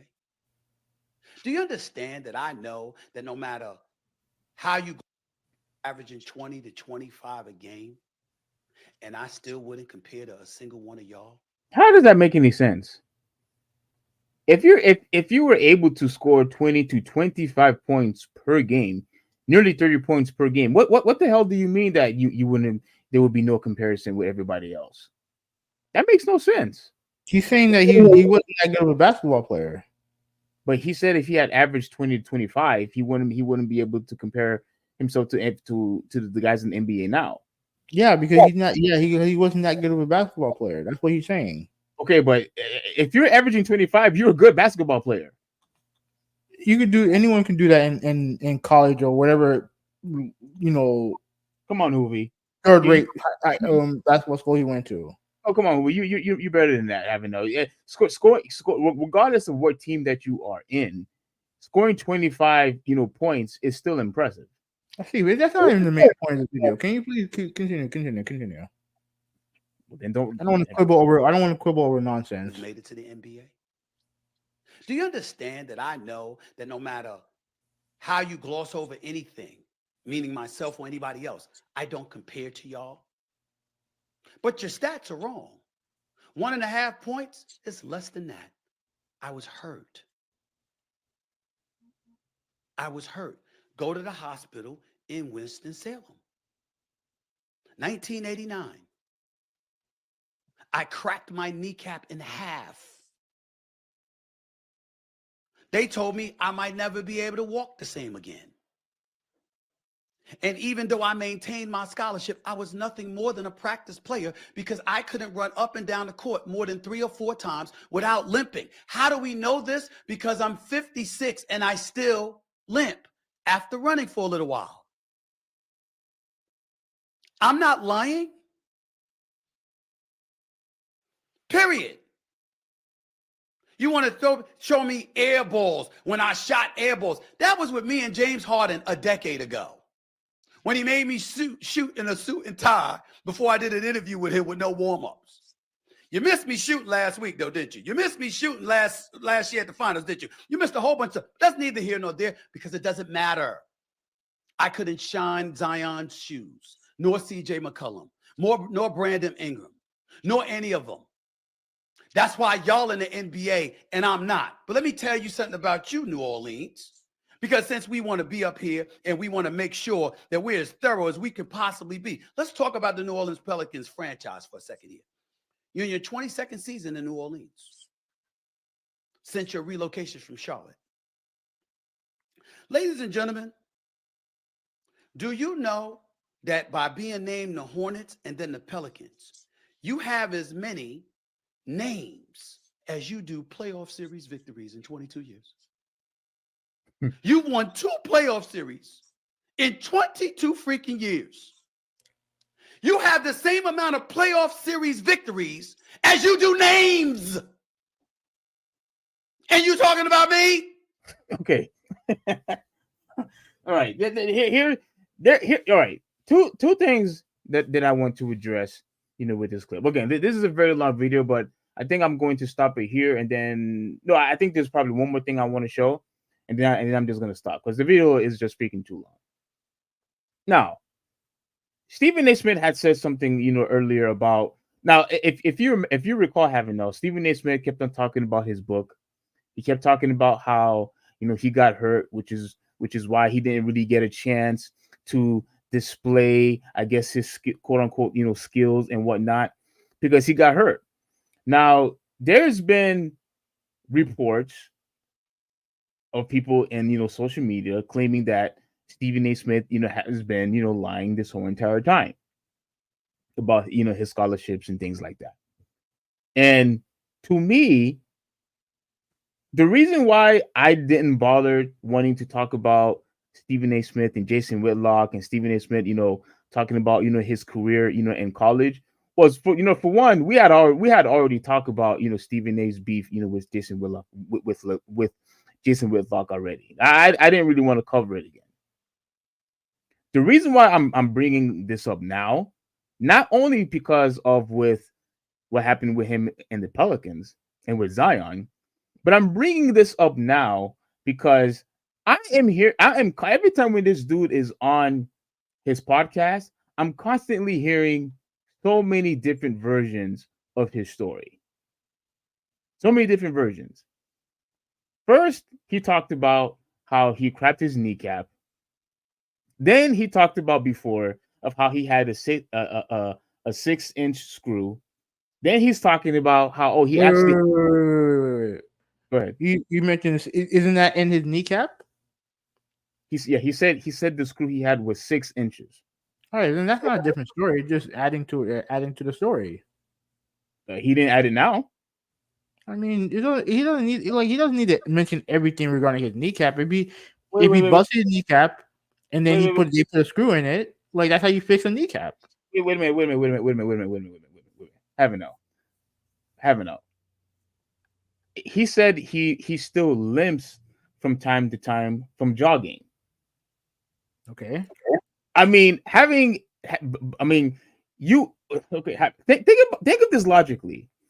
You cracked your kneecap, quote unquote, and how in the world are you going to miss one of miss not even mentioning that you had a 6-inch screw in your kneecap? Suddenly now that doesn't mean anything anymore. I am getting what difference does it make? It makes a big difference. It makes a big difference. It does? Because I don't think it does. Have you heard of anybody having a 6-inch screw in their kneecap? Having now? No. I know if something happened to your bone, they put screws in. 6 inches? I don't know how long it is, but they put screws in there so that it keeps it in place. That's not changing a story. That's just adding detail to a story. That's it.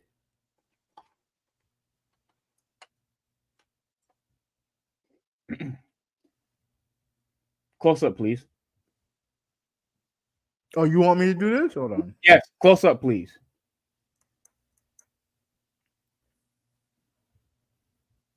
I know you could do it. You're just stalling. Close up, please.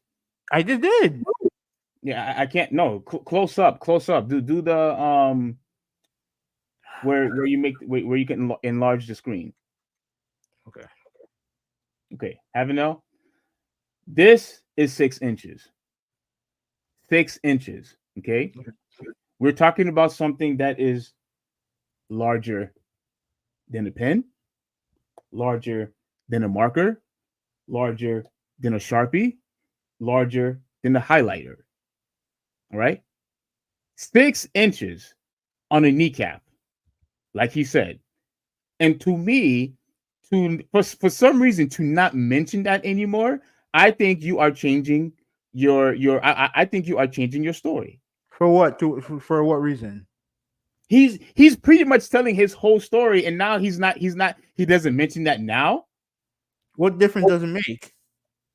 I just told you. All right, and I don't agree with you.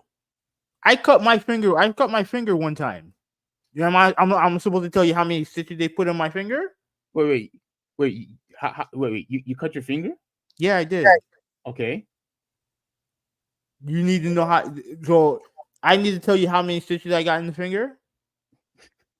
If you're gonna tell me that you had, um major stitches on your on your finger, and then suddenly you change the story by saying, and by not mentioning, stitches on your finger, I find that very suspicious. How is that suspicious? Why would I like? Why would I tell you that I cut my finger just for the sake of telling you I cut my finger? Because I have to tell you I cut my finger. You just said that you just said if you cut your finger and then you mentioned that you had stitches, then the next time you tell but yet if you tell somebody else that no, you didn't have stitches, I find that okay. That's not what happened here. Now you see, now you're lying now. Wait, hold on. Not one time did Stephen A. Smith say. Now again, the proof may be out there, but you haven't provided it. Not one time did he mention that he never put the screws in. Not one time did he mention it. He just didn't mention it in that point in time. You're going with the narrative that he's changing his story when all he did, he just mentioned that he busted his kneecap. He didn't mention nothing about the screws. So okay, so that's not changing the story. That's not changing the story. That's just because your example. Wait, hold on. I'm gonna let you talk in a second. But your example was, well, I told him I cut my finger and I put stitches, and then the second time I tell the story, I said I cut my finger and I didn't put the stitches on. That's a lie. No. I didn't say that. I said you didn't mention that you had the stitches. That's not what I heard from you. That's what I said. If I said something different, then my apologies. But what I'm trying to say is the other person that you tell you didn't have stitches on. That's like saying, oh, I broke. Okay. That's like saying I caught you. That's like saying, oh, I broke my ankle. You told one person that you had a cast on, but you told the next person you told you didn't mention anything about a cast. What difference does it make? That makes no sense. If I broke my ankle, they're going to seduce. Oh, you probably put a cast on, right? Yeah. Hold on. Come on, Heaven. Don't do that. Don't do that. You're making something out. You're making something out of nothing. You really are. The reason why I'm even mentioning this now is because I'm starting to actually believe what everybody's saying about Stephen A. Smith. I think he's fabricating his story. All of his stories. For what reason? For what reason? Yeah. Oh, I don't know why he's doing it, but his story is not. No, you have to have it. There has to be a reason why you feel this way. His story is not consistent. How is it not consistent? Like everyone knows he busted his kneecap. At least that's what he's saying. So what? Because he didn't mention they put a screw on like that. That's supposed to be some smoking gun, really? 6 inches is a huge deal having now. I already showed you how long 6 inches is. How long 6 inches is. Okay, and that's crazy. That is something that's unheard of. And for you not to mention that's not unheard of. Now you're changing it because I asked you, have you ever heard of anyone having 6 inch screws in your kneecap? You said no. I don't know. But having screws in your body, is not nothing. 6 inches having no. Answer the question. I don't know. Okay, you want to know why? I'm not a doctor. Okay, so then stop there. So stop there. No. Here's what you're doing. Here's what you're doing.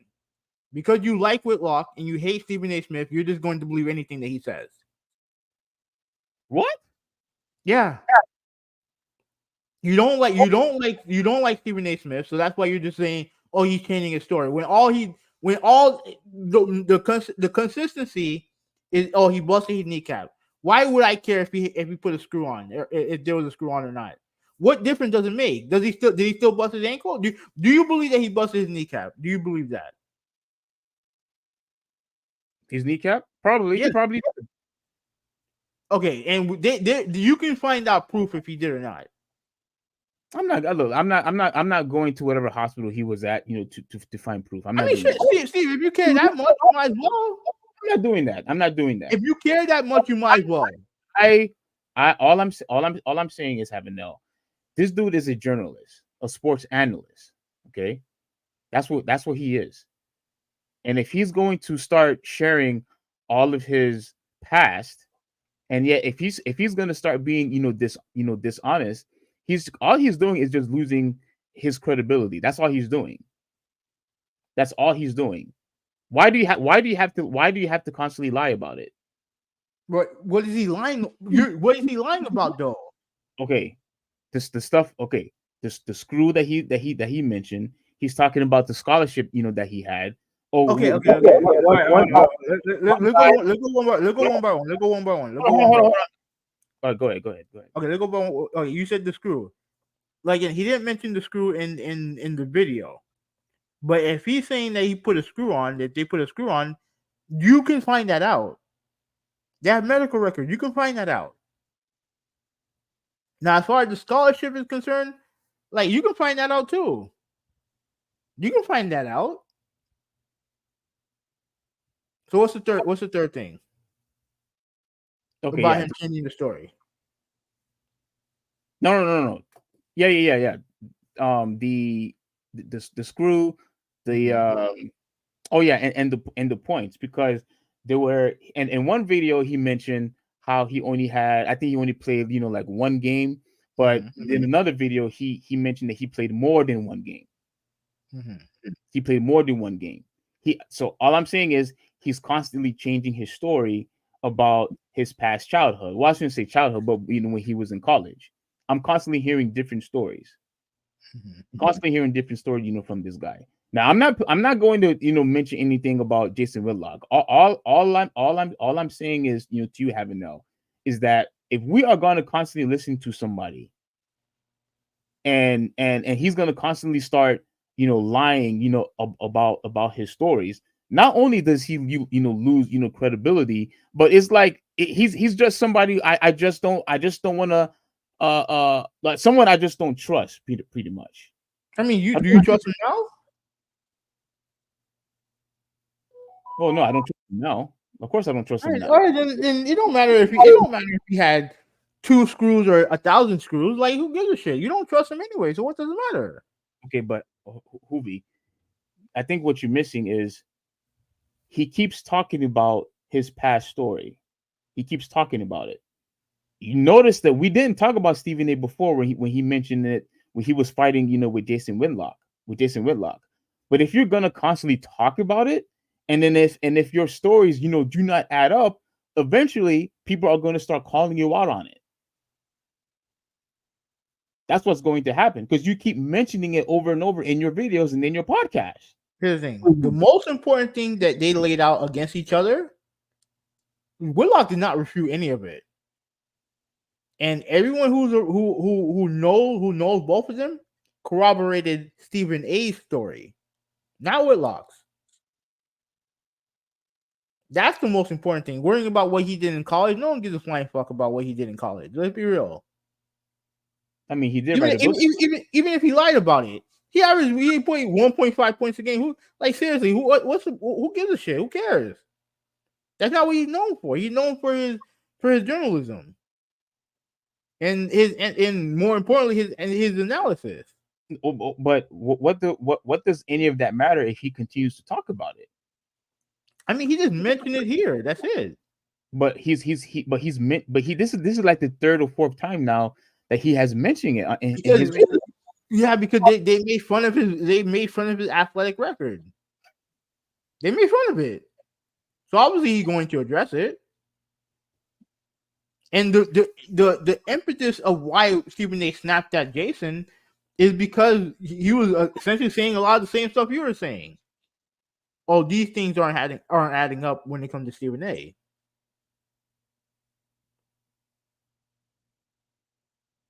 But I'm assuming that you believe that it is adding up. That's what it seems like what you're saying. Steve, truth be told, I don't care about none of this. I don't care about none of this. I don't care about what the Pelicans did. I don't care what he had to say because we heard this already from him. We heard a lot of this shit from him already about Zion, wanting Zion to be healthy and wanting him to lay off the chefs and stuff like that. Like we've heard this already. Like I personally, I didn't even pay attention to it because I don't care. What about the Pelicans trolling Stephen A. Smith? Yeah, I don't give a shit about that. And I don't care about his response either. But the one thing he said that I do agree with him on is you're the Pelicans. You guys have a good team, but as far as your history in the league, you guys are mediocre. You're a mediocre franchise historically. And you already lost one generational big. Hopefully you don't lose another one. You know what I mean? He pretty much pointed out their relevance. And it's true. Teams are relevant as far as NBA history goes. They're an irrelevant franchise. Do you think they're irrelevant? Well, I mean, you said, you kind of said I said that they're pretty much, well, I don't want to say that they're irrelevant because I think historically, I'm talking about historically. They have a good team now. And I do think if Zion is healthy, they're a dangerous team. I believe that 100%. Because his game translates in the playoffs. Big bruiser getting to the line, like that translates in the league. That translates in the playoffs. But he has to be healthy in order to get there. Mm-hmm. So, but I'm talking about historically, they're an average franchise. They are. Not average. They're below average. They're mediocre. Historically.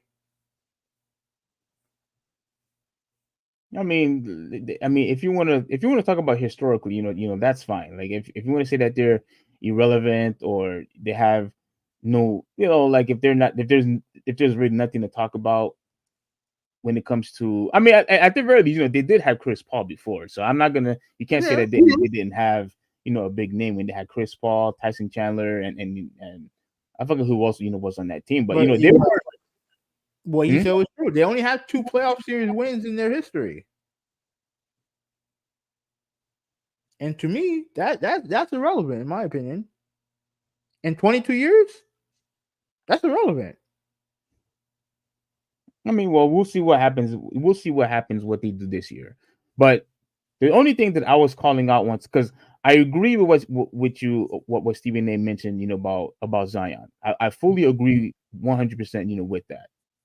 I think Zion needs to get in shape. I think he needs to get better with his eating habits. Because I'm telling you right now, if they don't win a championship, or at the very least, get close, like how the Lakers did, then I'm not saying that they should get rid of Zion. I'm not saying that, but they have to try to do something, and I'm glad that they're doing it, with his contract. Like they have to have certain conditions in order for him, to get his full guaranteed money. But I think they need to do more. Because remember I had told you when we talked about this the first time, I forgot how many pounds that he has to be in, but I remember saying that I don't think it was enough. I do remember saying that. I just can't remember the exact number, what it was, but I think they should have done it, more harshly, because you already been through this, with this guy too many times already. Way too many times. Again, yes, we do believe in second chances and whatnot, but if you're constantly failing, and then if there's constantly no discipline on your behalf, there need to be more strict rules, more strict rules, in the contract. They have to be. If they're going to invest all this money on you, but yet all you want to do is just stuff your face, with junk food, with chocolate candy and ice cream, then yeah, you're not helping the team, and you're not helping yourself either.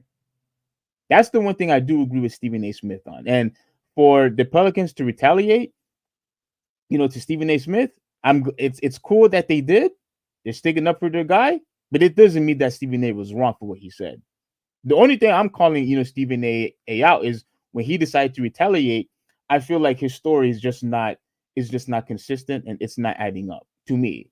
So I think he's just constantly lying, on his show consistently, which is why I was calling him out on that. I agree with the Zion thing one last time. but I also think he's constantly lying about his about what happened to him, you know, in college. You know, so that was pretty much it. I'm just gonna move on now because if I continue to play the video, this is just gonna be even a longer topic. So I'll just end it here. I guess we'll just have to agree to disagree because I don't see the reason why he would lie about such a meager high school experience, sporting experience. I don't understand. I don't understand why he would want to do that. That I just don't understand. And then him not mentioning the screw like it means anything. Like if he had a busted kneecap, there was something they had to do to fix it. I don't think he has to go through step by step what they did, but it is what it is, man. Like, I don't care to be honest. I mean, like, I just think something is wrong because how do you average 1.5 points? Who cares? How do you average 1.5 points? I don't care. Okay, I don't care is not an argument because if you're going to say that let's agree to disagree, and then when I'm giving you something that why I think something is fishy about the story, your response can't be, "Oh, I don't care." No, but that's my response because I don't care. Okay, it's completely irrelevant to the subject that we're talking about right now. We're talking about Stephen A versus the Pelicans. That's what we're talking about. And him averaging 1.5 points in high school or college, wherever the fuck, it's not important. It really isn't. Okay. I mean, shit. If he was like, if I average 15 and it comes out he averages 1.5, then I got you. I'm 100% on your side. But we're quibbling over 1.5 points a game. Who fucking cares?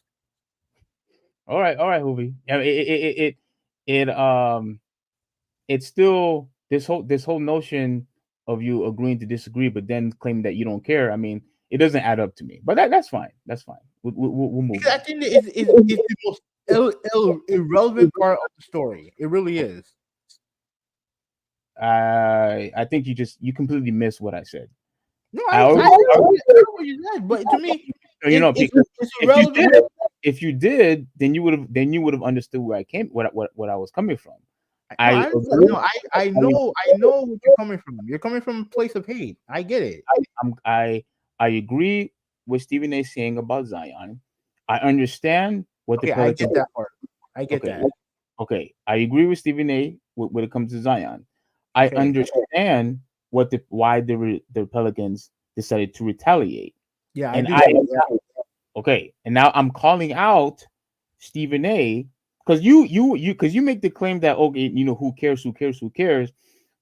The part that I'm complaining about is if you're gonna constantly tell this story over and over and over again, but if it doesn't add up, that's what I'm calling out. Well, it doesn't matter whether you care or not. I'm just calling out the inconsistency. That's why.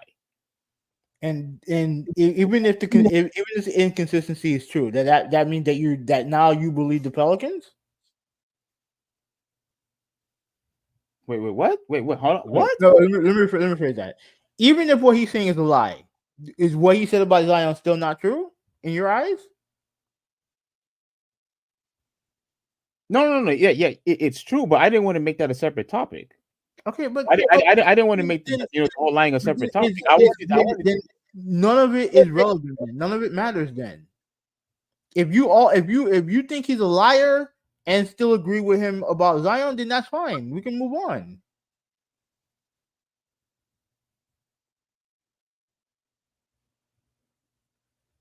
I mean, well, that's what I was trying to do. But all right, is there any comments? Yeah, there's a bit, but I'm not gonna read all of it. All right, so Brian said he was heading to the gym. Moses said he had higher hopes for Zion. He's too fat to be dunking. He's gonna hurt himself when he lands on the floor. How disappointing. Well, he's now remember, Malta. He's still very young, so I think I don't think he should stop dunking or stop being athletic and whatnot because it's because of his young age. The problem is I don't think he'll be able to do any of that by the time he reached 30. If he continues to gain so much weight, because it's just going to hinder his success. I would agree with you if he was in his 30s. I would agree with you there. But I think because he's still young, he still have time, to make adjustments. You know what I mean? Now go ahead. All right, so critical job. You said I just got off of work. Hubie, did you watch Revolution? No, I'm going to eventually. But I know what happened though. I know what happened. Ryan Meadows, what's up, man? Yeah. Shout out to Ryan Meadows. Bro, 40k points is definitely impressive. Apparently not for some people. No. For the individual, yes, but for the team, and since they're still losing and they're in the 10th seed, I don't think it matters to them.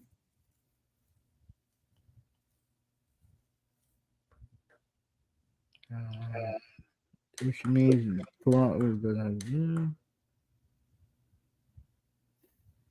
Stephen A. Smith giving the same story every high school coach gives you. I don't think he was doing that. I don't think he was doing that. He was just kind of explaining his injury. Oh well, no, hold on, Malta. No, I disagree with you there because he still has 6 rings. He still has 6 rings. No, he's talking about Stephen A. No, when he says, which means Kareem doesn't have a case for being the GOAT. Okay. No. He still do it because he being the second, having the all-time on points like in NBA history, and who didn't even shoot threes. That's very impressive. And for a guy who, because remember, he also, not only did he had longevity, not as much as LeBron, but he was in the league for for a long time, and he has 6 championships to show for it. So if someone, we still got people now claiming that, well, they think I've heard people say Kareem before. It's not much, but it's much much more of like the older guys, like the older guys that said, it would say, oh, it's Kareem or it's Bill Russell. Well, I mean, which I understand. Like Bill Russell, you have 11 championships. Like, how are you going to argue against 11 championships? Like, I get why people would mention him or mention Kareem. So I kind of have to disagree with you there. All right, so he was impressed that you pulled out a ruler. Contrast like Zion should be more prevalent from Ruben. Stephen A. had a point with what he said, but I don't like him for the friction he causes in his own industry. I'm more Whitlock on the issue. So, snap! So you agree with Whitlock. Now, it's interesting what you mentioned about Stephen A. and what he has pretty much done in I guess in sports media, and for his industry. A lot of people really do blame him, like especially guys like Jalen Rose, for example, how he blamed Stephen A. He blamed, Skip Bayless. I know you have blamed Shaq, and Charles Barkley, and a lot of times, with the name calling and things of that nature. But to me, I have always felt like, especially with the name calling, players do that. Players do that to each other anyway on the court. And even outside the court, when they are talking trash, all the time, when especially guys, who hate each other, whether it's, Paul Pierce and LeBron James, or the issue with McGee and Shaquille O'Neal, like stuff like this happen every single time, whether it's on the court or outside of the court. So although Jalen Rose probably, was right, and I understand where you came from too, Huvvi 186, but that stuff constantly still happen, till this day of guys calling each other names and whatnot. So I don't know if I would 100% agree that Stephen A. was the cause of it, because it was already happening even before him anyway. But anyway, all right, no more comments. No. All right, so what's next? The Charles Barkley, right? Mm-hmm. All right, so I'm gonna also make this one really quick. All right, for those of you, I clipped a quick video of Charles Barkley calling out pretty much sports media. Now, before I play this video, I want to remind you all, be mindful. I have the Overrated Podcast logo kind of like obscuring the video, only because I'm sick and tired of getting these copyright claims or these copyright strikes on my video. So that's the only reason why I did it, just to give you guys a peace of mind of why it's there. But this new topic is about Charles Barkley, and let me see if I could share it. Let's just get to the nitty gritty because we're already 2 hours in. Let me see.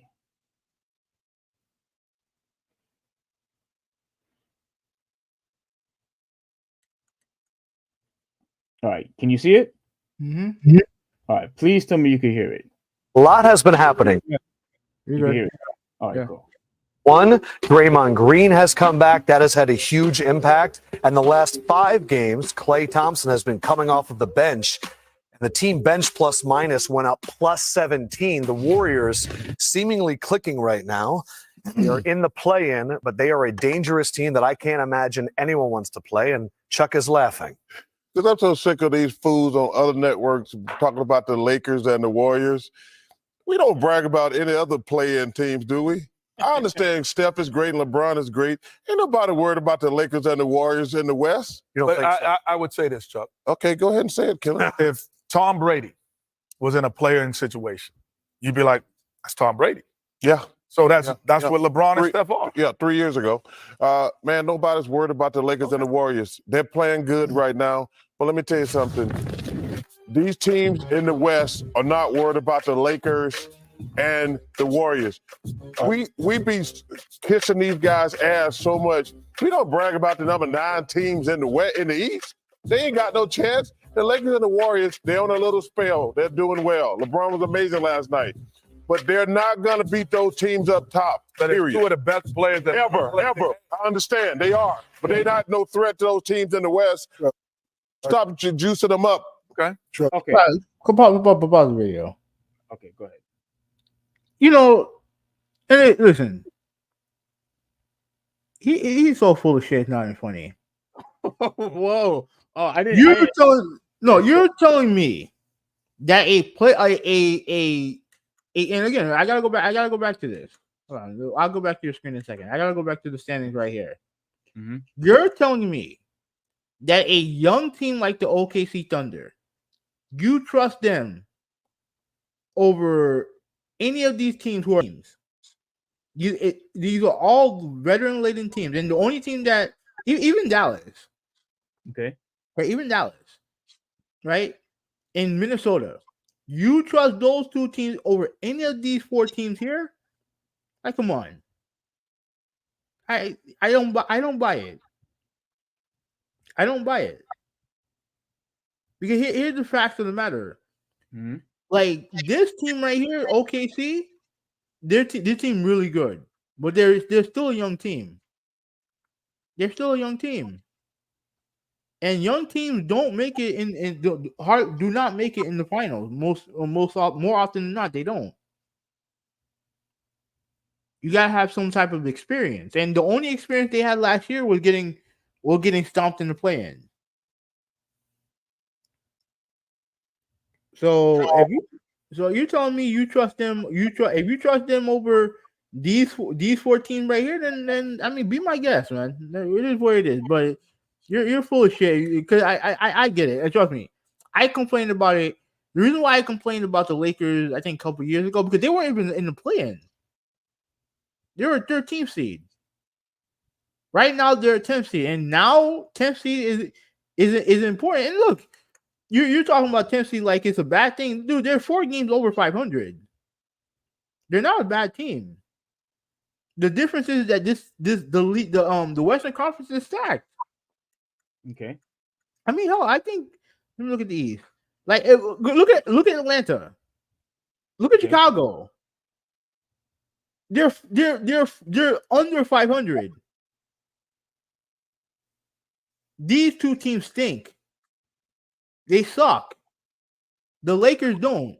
None of the teams down here suck. The only team that suck now in the Western Conference are these teams. Are all the teams that are out of the playoffs? Utah, Houston, Memphis, Portland, and San Antonio. Everyone else has a winning record.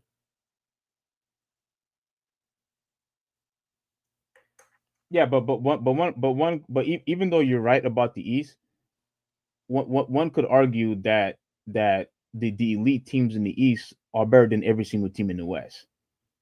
I don't think any team in the West could beat Boston or the Bucks for that matter.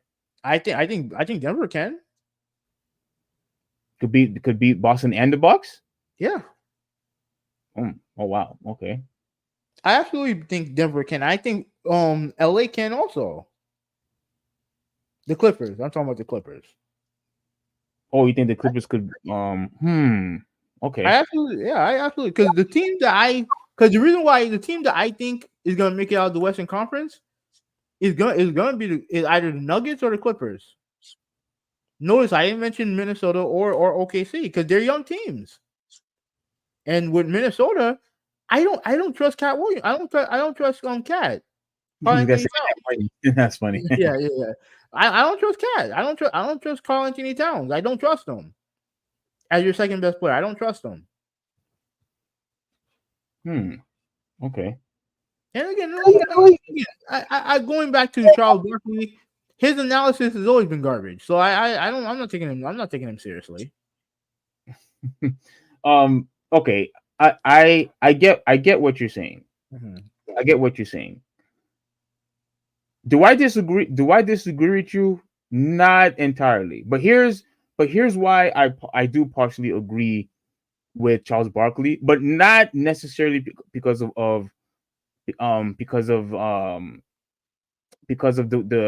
team being in the ninth seed and the 10th seed. The reason why I partially do agree with him is because of the case of what you and I had talked about a couple years ago. Mm-hmm.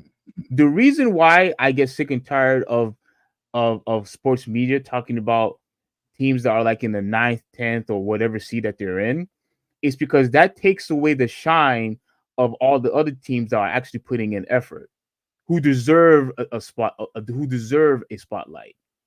That's the issue that I have.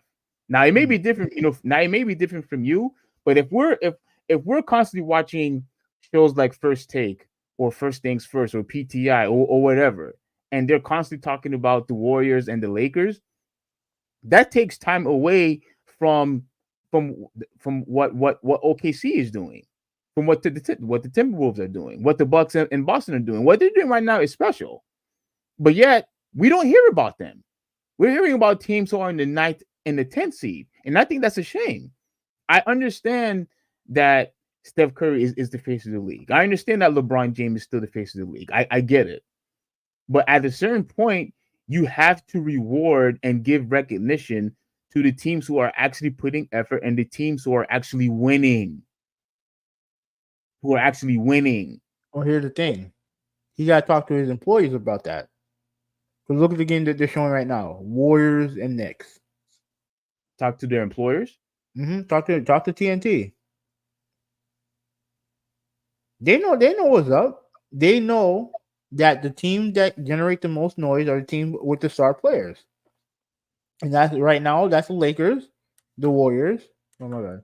The Lakers, the Warriors, the Suns. I put the Suns and I put Dallas in that category. Oh, you put Dallas there too. Because they have Luka and Kyrie. Mind you, all of those teams that you mentioned are not even in the top 4. Yeah. That's the crazy part. They're not. Because I guarantee people did not expect OKC to be number 1. They did not expect OKC to be number 1. Yeah. And frankly, I don't think they expected Minnesota to be number 2. Yeah. I think they expected those teams to be like 5, 6, 7, 8 around that area. You know what I mean? Like, and it turned everything upside down. Yeah. And the thing is that I get what Charles Barkley's saying, but you can't tell me that you can't dismiss any of these teams. You can't. Now, because one between the 10th seed and Sacramento is only 3.5 games. If Sacramento goes on a bad streak and the Lakers get hot, then that could get flipped. That can get flipped. You know what I'm saying? Like, but at the end of the day, as long as there's no major injury, you can't dismiss these teams right here. You can't. because they will. Because these teams will make the playoffs. Because Utah, they're like 5.5 games out, and they're not good. They're not a good team. So they're so the playoffs to me right now, the playoffs are set. It's just the seeding is what matters more than anything else. Yeah, I agree with that. Yeah. All right, so let me play the rest of it. I'm not gonna play the whole thing. It's 60 minutes long. I'm just gonna play the just the important parts. Agree with you and disagree with you at the same time. Not the Lakers, but the Golden State Warriors. They've always been a classy organization. They're where they are because stuff happened. Draymond suspension, injuries, Clay not going up, but they still have the blueprint and the know-how to get it done. And not on that, Chuck, they don't mind playing in that playing game because everybody's already counting them out. And that's when they play their best, when you count them out. Lakers try to turn on, and you talk about this all the time. You can't really turn that switch on, but I would worry about Golden State if I'm playing them. Well, listen. Okay. This is now. I'm glad that Shaq said that. This is the other thing that always frustrates me too. I don't know if you remember this, but I had said that you look at a guy like Patrick Beverley, and then I think you got irritated. But I mentioned Patrick Beverley, right? Mm-hmm. I said you have somebody who doesn't even average 10 points a game, but yet he gets talked about in sports media. Do you remember what your response was? I don't remember, but I know I was hating on him though. I know that much. Okay. Your response was, because of his stupid ethics and how he acts, on the court is why he gets talked about on TV. Mm-hmm. And look, I agree with that, and I also agree, but I also think it's because of his defense. Now you think it's overrated, but that's another topic for another day when it comes to Patrick Beverley. But this is the other thing.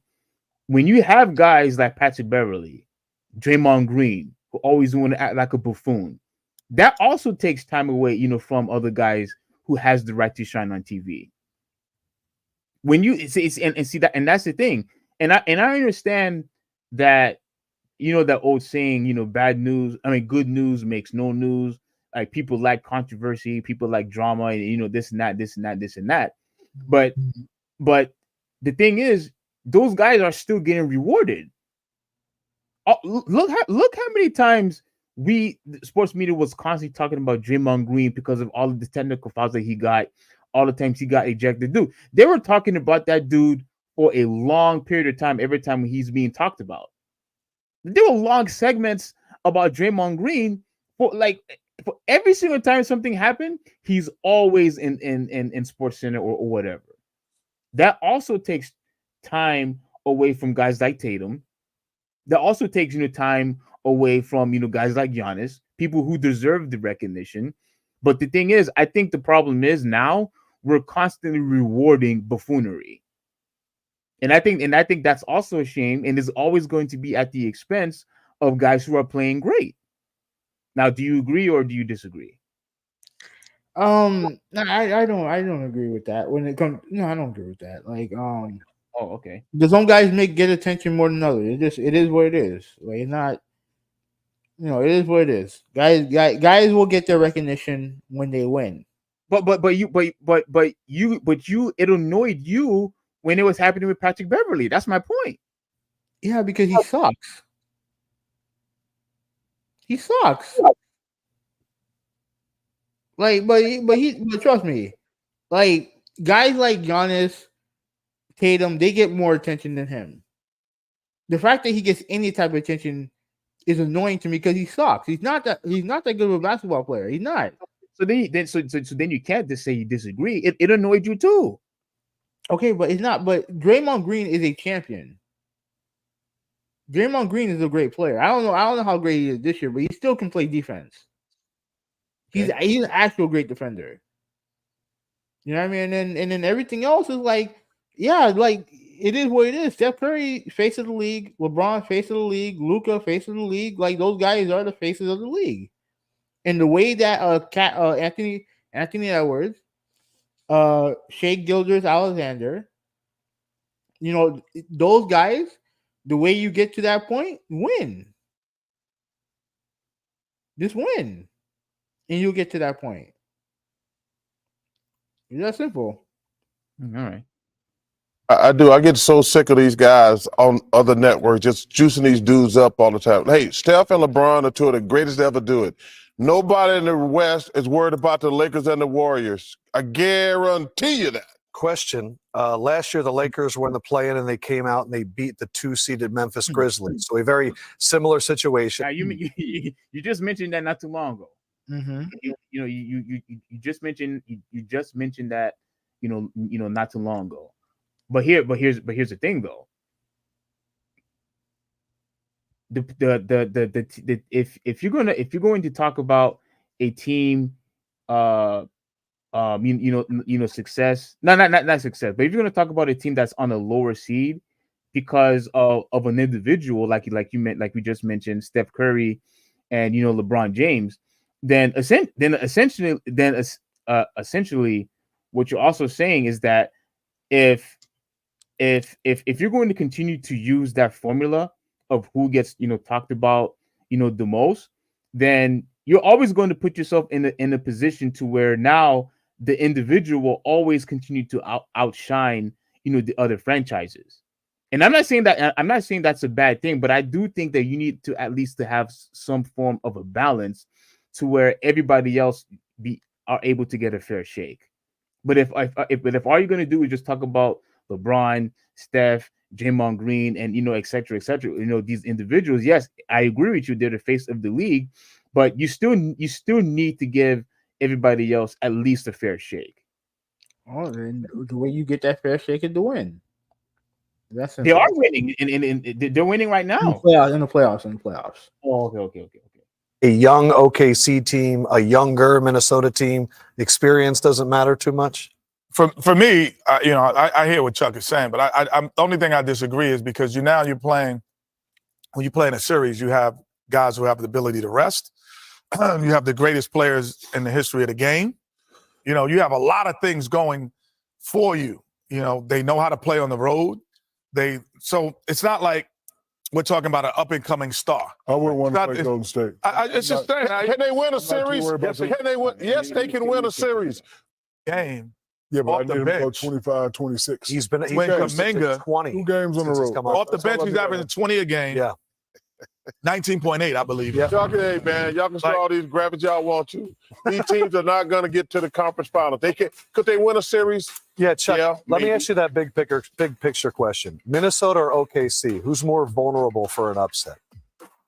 That's a great question, Adam. Thanks, Chuck. That's a great question. Minnesota, because they're going to go small against Golden State. Golden State going to go See, small. my only problem with the Timberwolves is I think if they play against a small team, they could lose in a shooting contest because Karl-Anthony Towns never takes advantage of his size. Because one of the best kept secrets in the NBA this year is Porzingis going in the post. Now, they got mad at me and Shaq a few years ago. They're like, well, we don't play the game like they used to play it. I said, well, if you got a mismatch, you go in the post. The Celtics are putting him in the post, and he is mauling these little munchkins they put down low. Karl-Anthony Towns is a good player. The one thing he does that annoys me, he never takes advantage of his size. If you're going to play those two big guys, he's always going to have a little guy on him.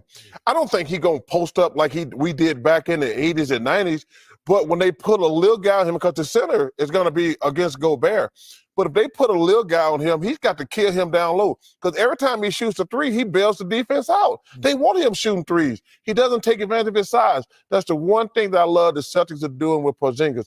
If these teams going to go small, don't let them little dudes play out there. What about OKC? Oh yeah, all right, that's enough. Now I'm gonna talk about that in a second. But there's one last video. It's about what you said in response to I think it was last week or the week before, right? And I'll tie all these things together. This is something of what you said when it comes to like notoriety and the importance of to know certain individuals, etc. Now this is a video of our last podcast. All right, let me stop this and let me share.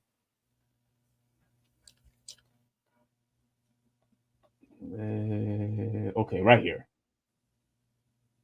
This is the podcast that you and I had talked about, and there is one thing that you had said that I want to address, to prove more of a point of why I agree with what of Charles Barkley. Well,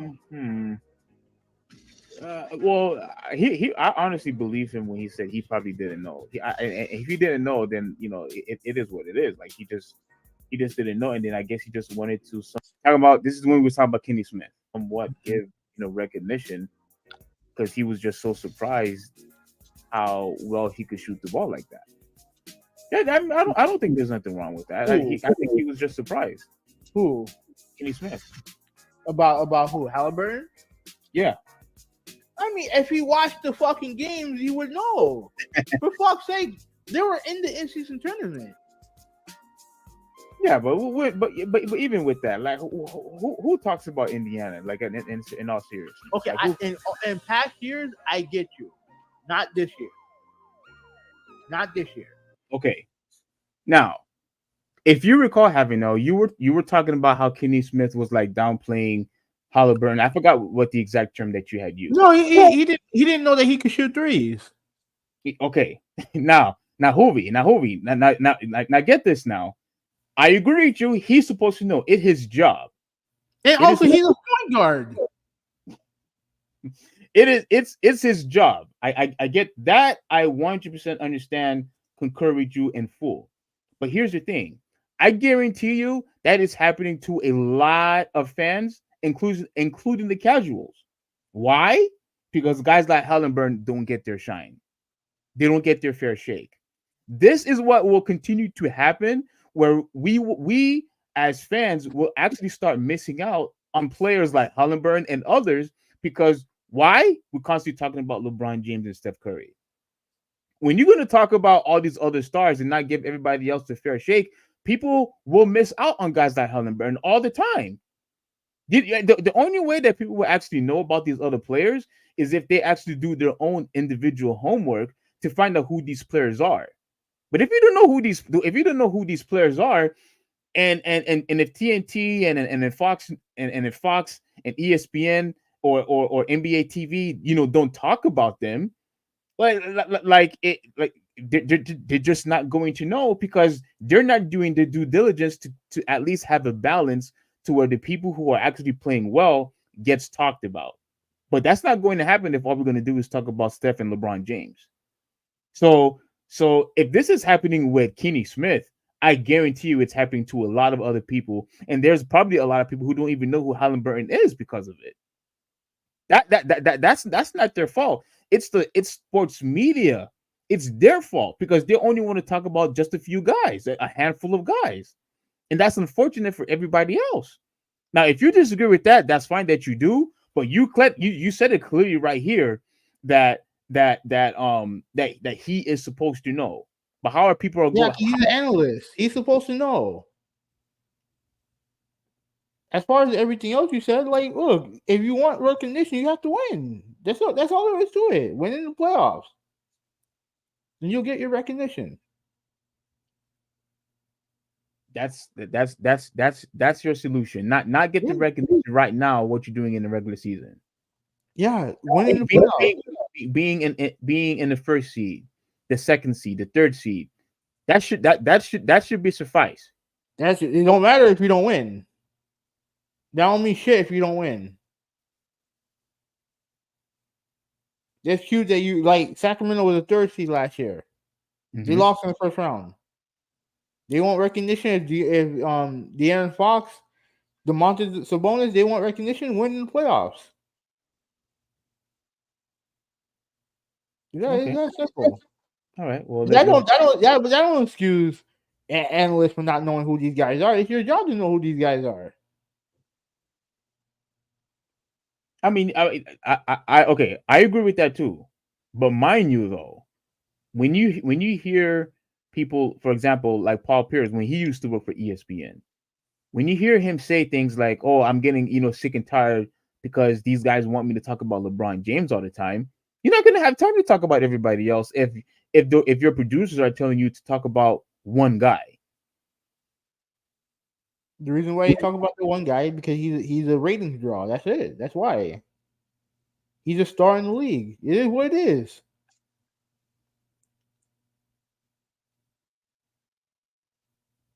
Okay. Well, let's go to the comments with all that being said.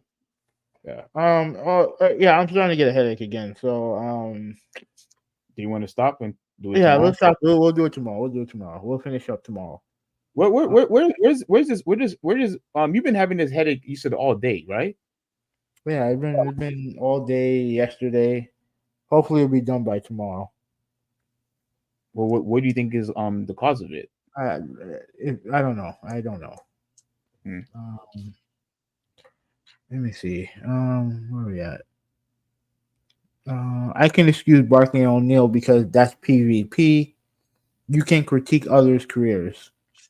I don't excuse Bayless and Sharp. And Multi said he agrees with Barkley. A team that's 7-8 seed is not to be taken seriously. Well, In both years, I would agree with you. Not this year.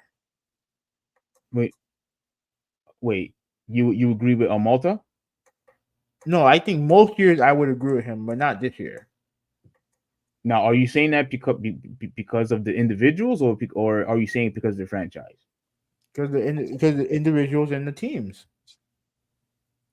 And the team, like both. Like OKC, like they're gonna be a number 1 seed. That's gonna be a lot of pressure on them.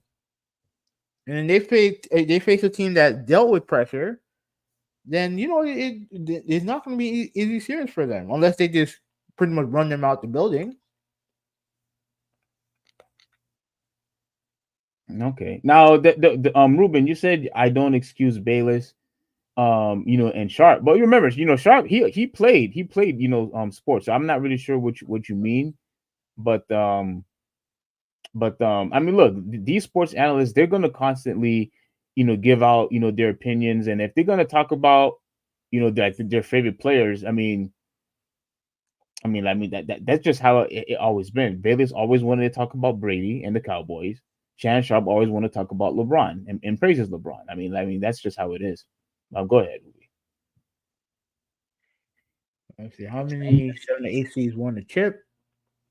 None, but like you had an AC go to the championship last year, so you have to take them seriously.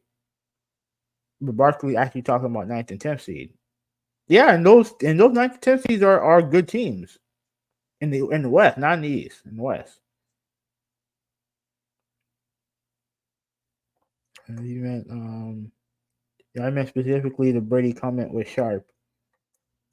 Okay, I think he's talking about that time when Skate Billy is basically emasculated Shannon Sharp on the show. Okay.